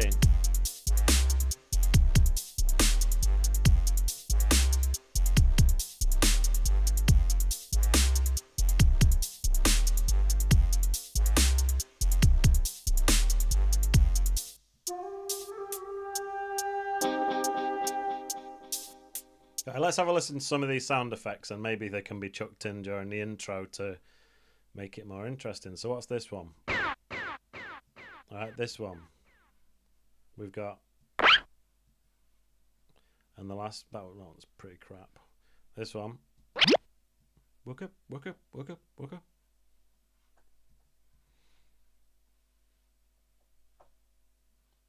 Right, well, at least the first one's alright, even though it's technically a gunshot. We'll chuck that in.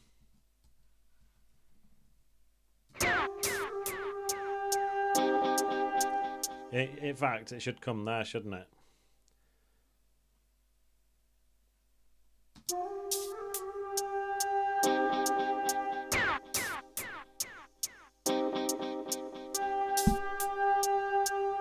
I'll reverse this again, we'll just have it forward. Yeah. Name it Carnival. No, it's not turned into a clown step tune.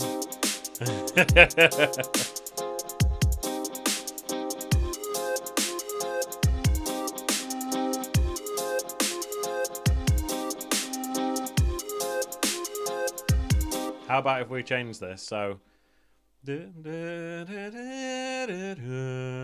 like that, you know?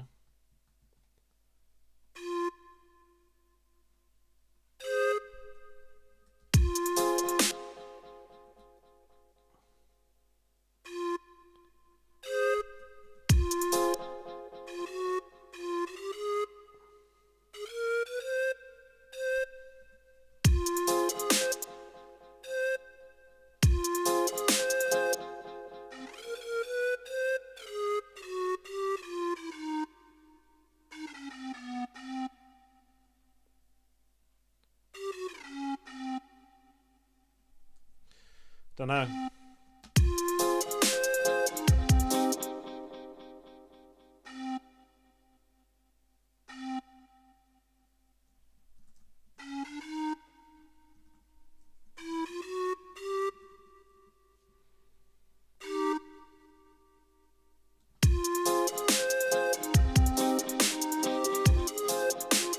Kind of prefer that actually.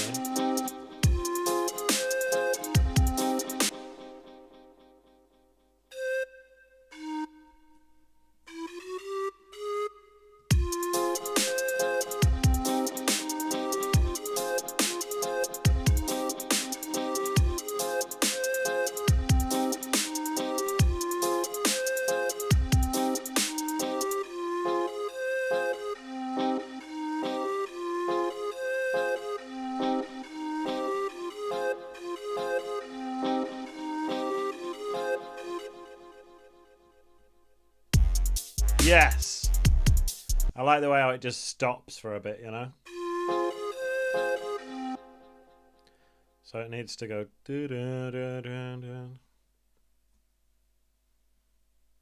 Way too much delay on there. Then we get the drop.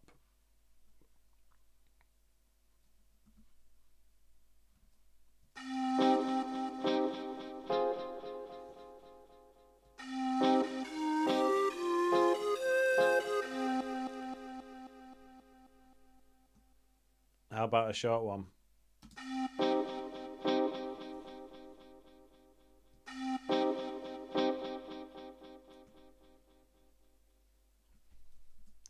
Is this too much of a gap though? Let's find out.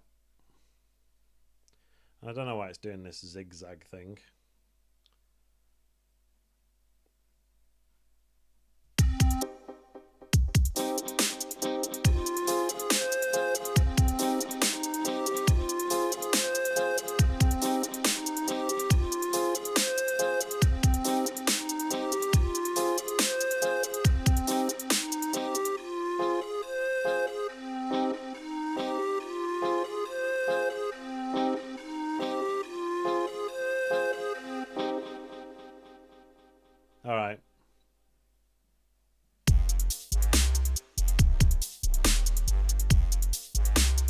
essentially, I've made the flute do what the bass line's doing, but I like that. I like it, and I've cut it out too early, but that can be fixed. Just wanted it to go on one more till here. Yeah.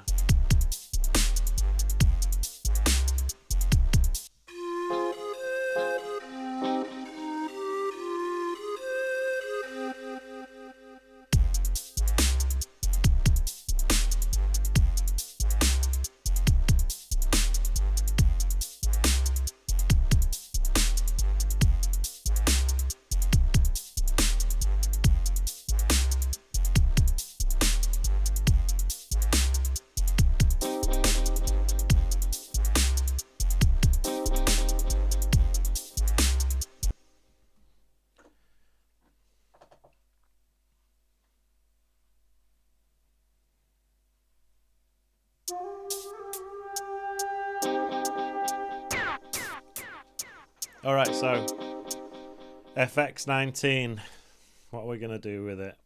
Perhaps chuck on some reverb and make it sound a bit less dry. So the question is, do I do the reverb with the send like this?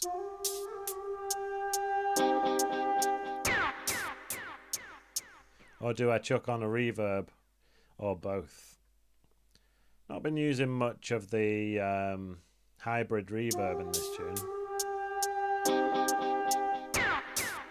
Which is surprising considering that's the one with the spring reverb. And I was banging on about the Roland Space Echo.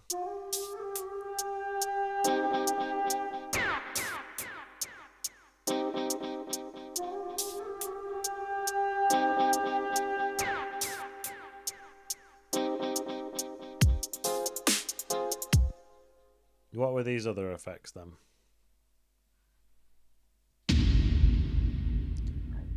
Oops. Alright, here's what I was on about. When everything cuts out, that's when you put the impact. Alright, it's a bit late. See, it's got that gap. If you're making a sample pack, why are you going to put that big gap before it? Just do everyone a favour and trim it down to size. Yeah. Perhaps it'll sound less carnival if I put the Rastaman there.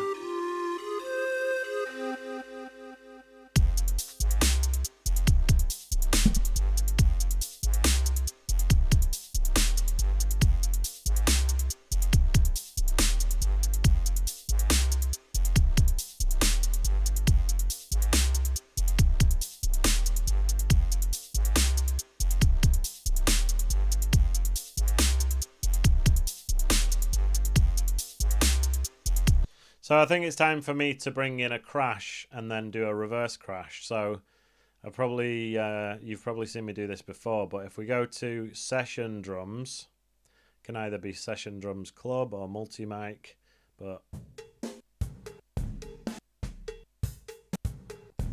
you can just choose one of these drum kits and drag it in and find the crash. I mean, that's a good crash. There you go. Make a MIDI clip. Shift Command and M. Just going to drag this upwards.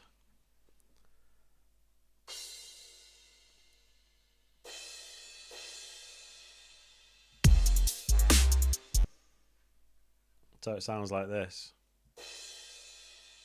That's totally fine and I'm happy with it. So you just freeze it and then flatten.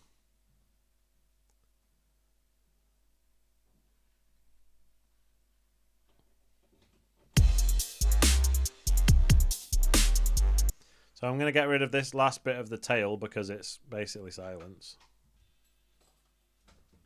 So I'll get rid of that.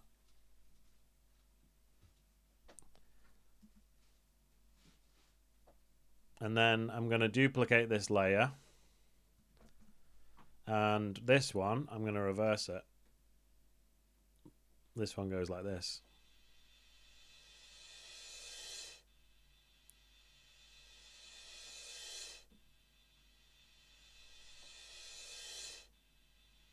Just making sure that the algorithm is on complex.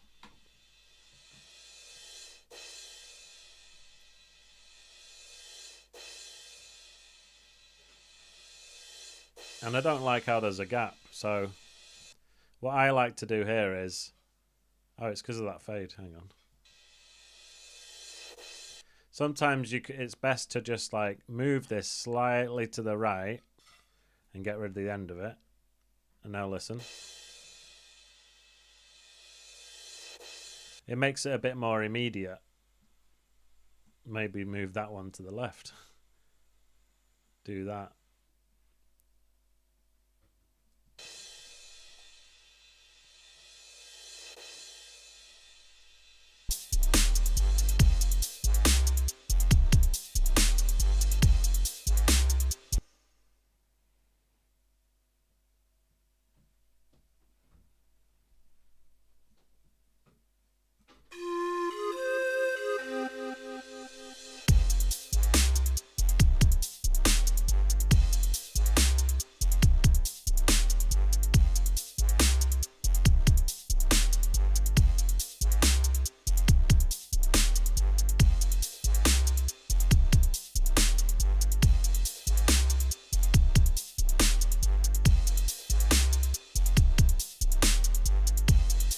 Alright, let's have a listen to the whole thing.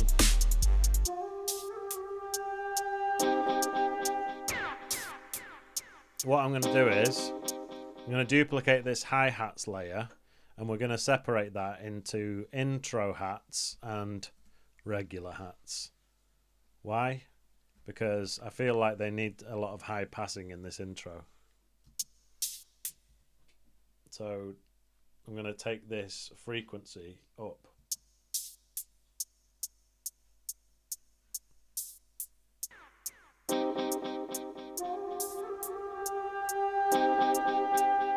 I can also, now I've got them separated, I'll call this one intro hats.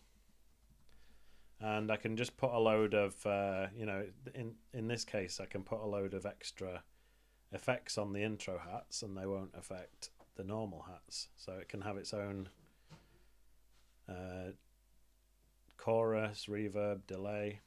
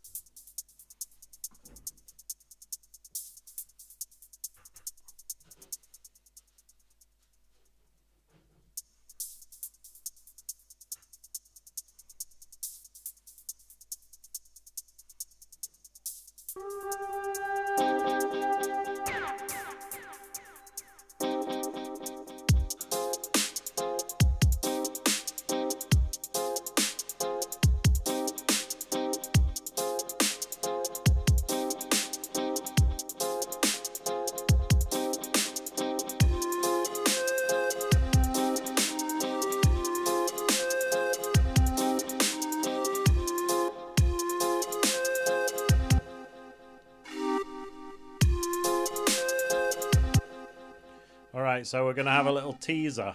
So it's going to go and just cut off, you know? And it's going to do that a couple of times.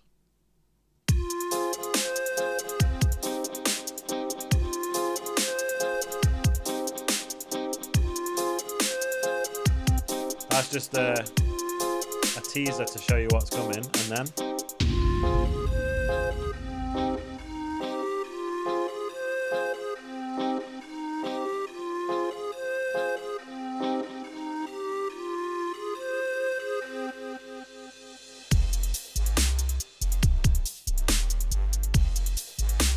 obviously the crash only happens once in a blue moon, it doesn't happen every time.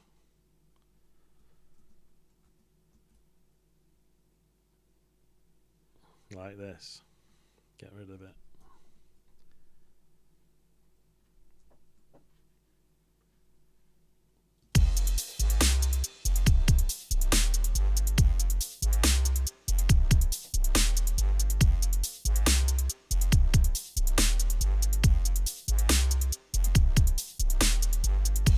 And we got all that again, but this time we're going to have the jump, jump, jump, jump. that's coming in there.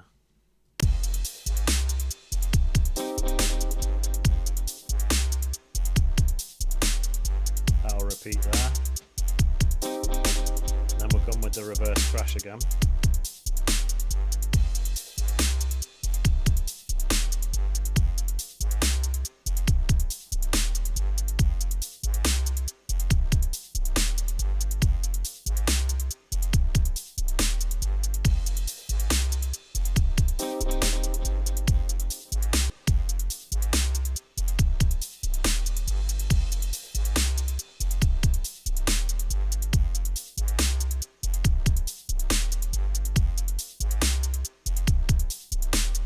Oh yeah, right at the beginning I was talking about automating the snare so that it does like more and less reverb.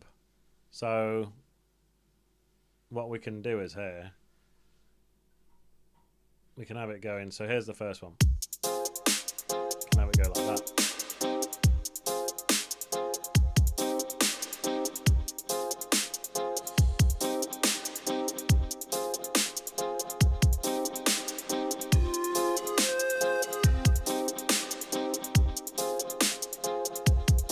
And then on the other ones, it can have a bit of delay like this.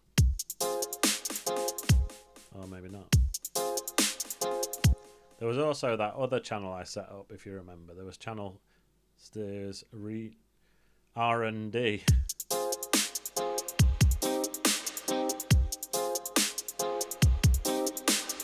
So that one could have a different timing on that.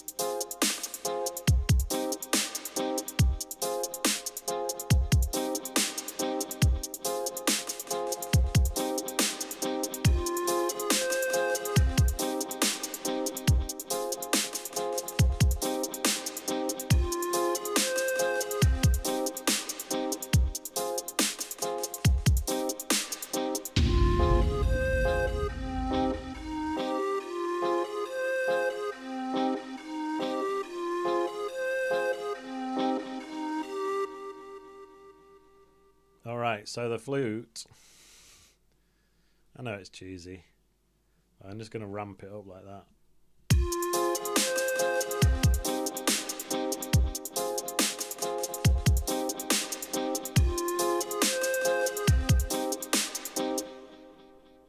So that when it gets to the last note of the flute, it's at maximum reverb.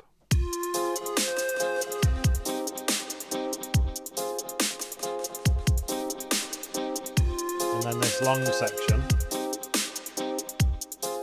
I'll just ramp that up as well.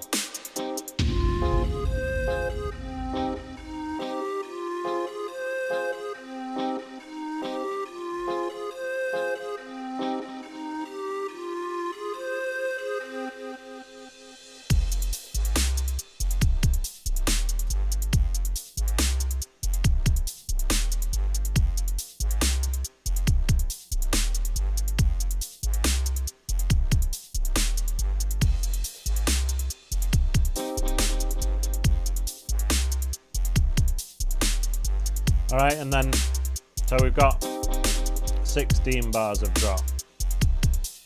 And then the next 16, it could be, do you remember right at the beginning I showed you how to make a dubstep wobble in Wavetable?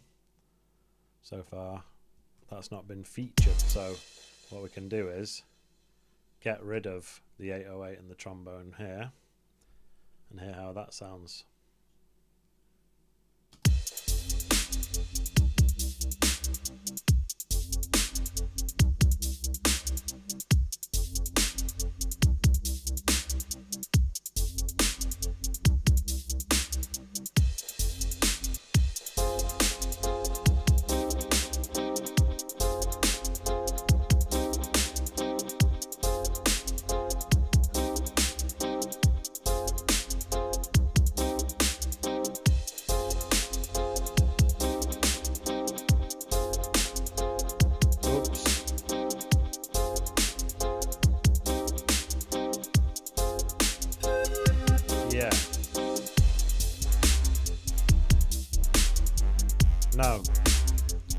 This isn't supposed to be here.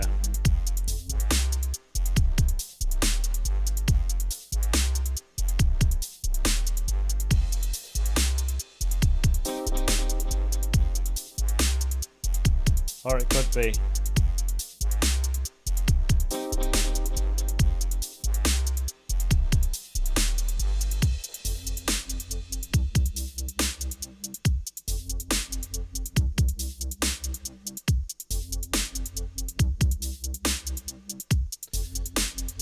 Actually, you know what I'm going to do?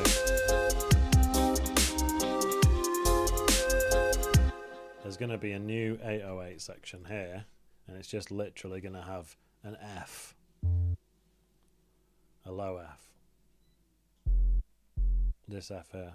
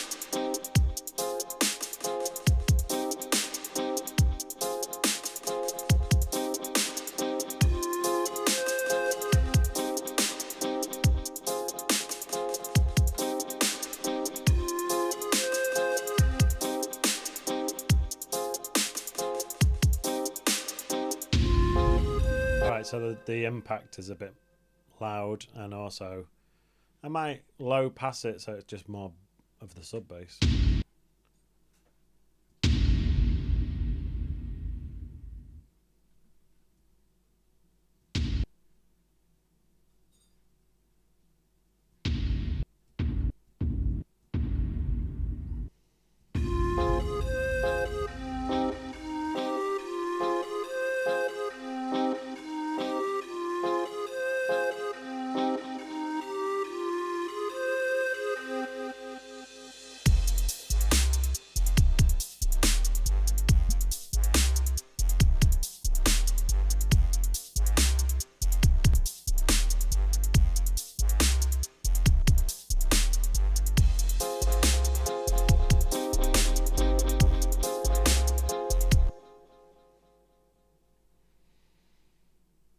So I'm just going to redo the automation for this reggae part here. So I think I want it to sort of ramp up.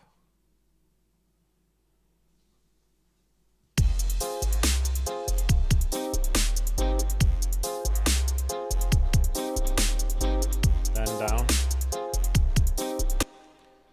So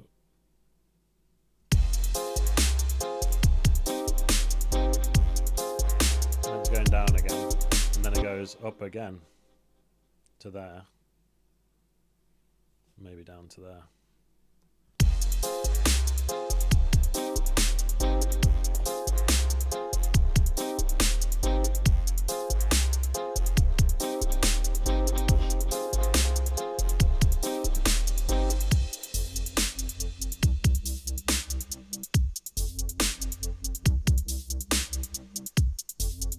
This bit's a bit sparse, I think it's going to need something.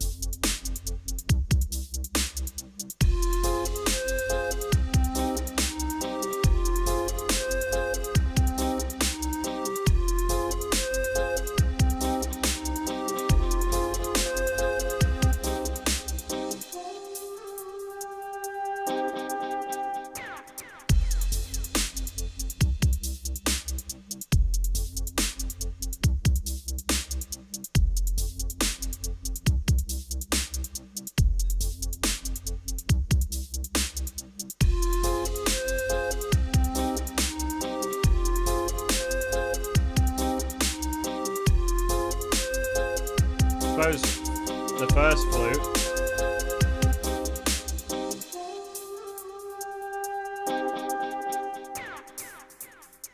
that could be here.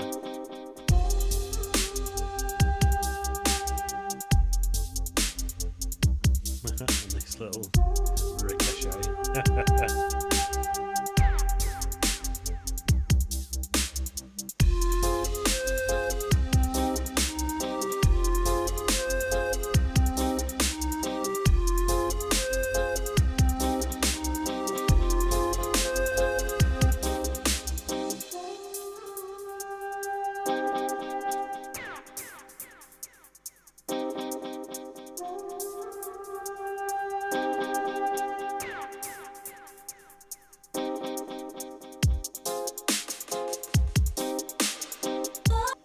Yeah. All night. I just keep on. Let me hear you. Yeah. Baby. These are all too cheesy. Baby.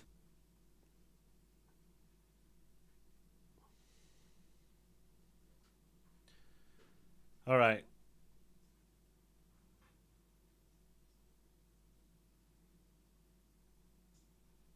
I was saying on a previous stream that within Breakbeat Paradise, there's this Ragga Jungle section. And there's like loads of Rastaman in here. One man just come out. One. Watch out, some boy. Hold on a second. What was that one? Paddington Pass, you know ready? Hold on a selector. Take your time. Take your time. What are we hearty? Jesus Christ. Paddington Pass, you know ready? Brixton Pass, you know ready? Alston Pass, you know ready? Wisdom Pass, you know ready? Saxon Pass, you know ready?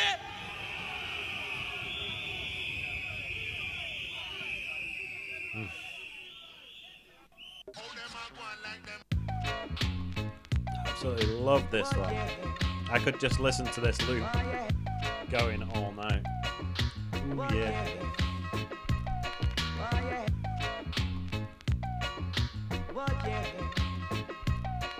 We is the original Donna. Weeping is a Yeah, man. Let's go. Girls down and girls all around, and girls dip on the catwalk, and them a come down and How you feeling? Paddington Pass. I like that.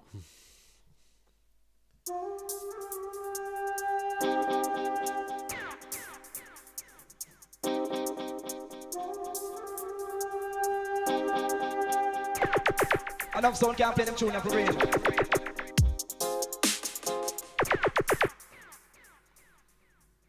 I meant the not necessarily the guy. Enough sound can't play them tune for real.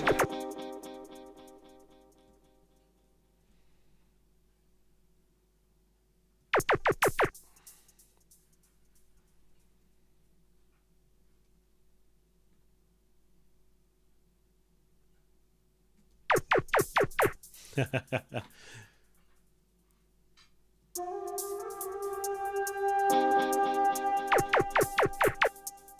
it's got to be faster.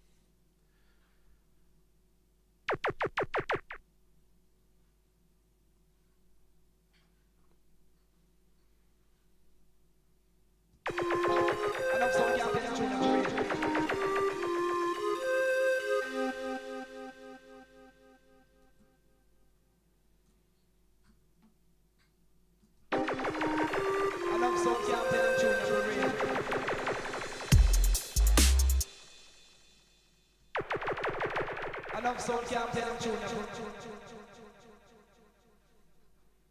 think we're going to need some compression on it. Enough sound can't play them tune for real.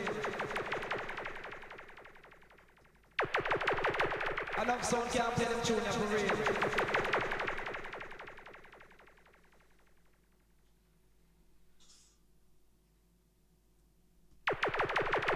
Enough sound can't.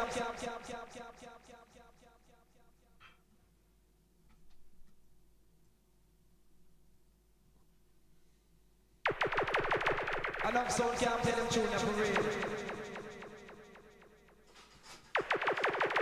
Enough sound can't play them tune for real.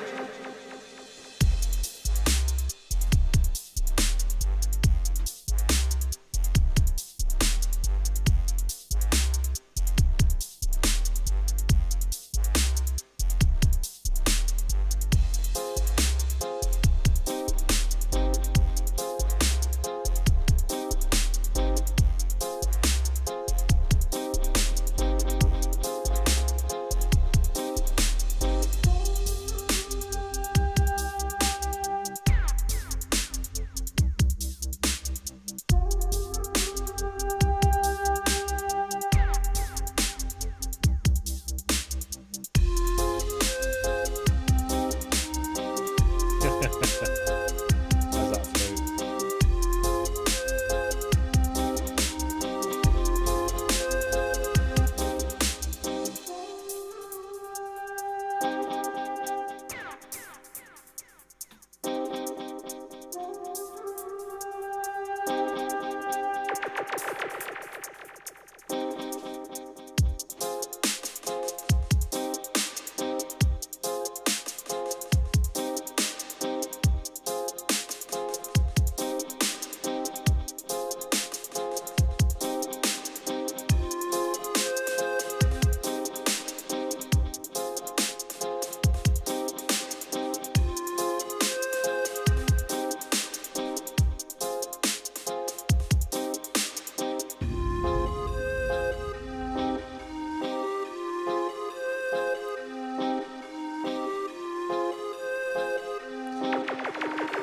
Enough sound can't play them tune for real.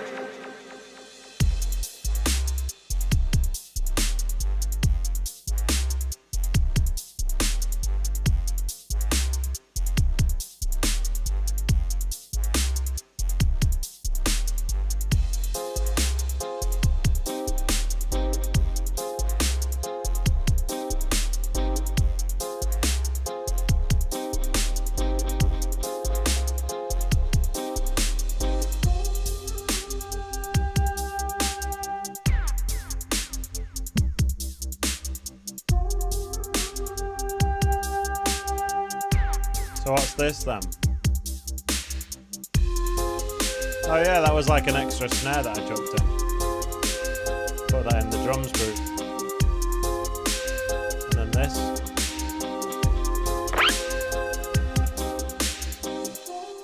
And then this. Yeah. Anyway, you know what? I think I'm going to call it, but thank you all so much for sticking around for this long.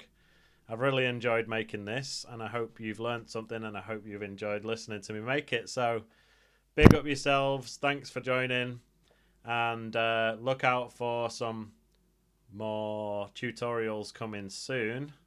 I'm going to do a mix down one, so if you've been having trouble with your mix downs, make sure you subscribe to the channel and look out for the mix down tutorial dropping within about a week.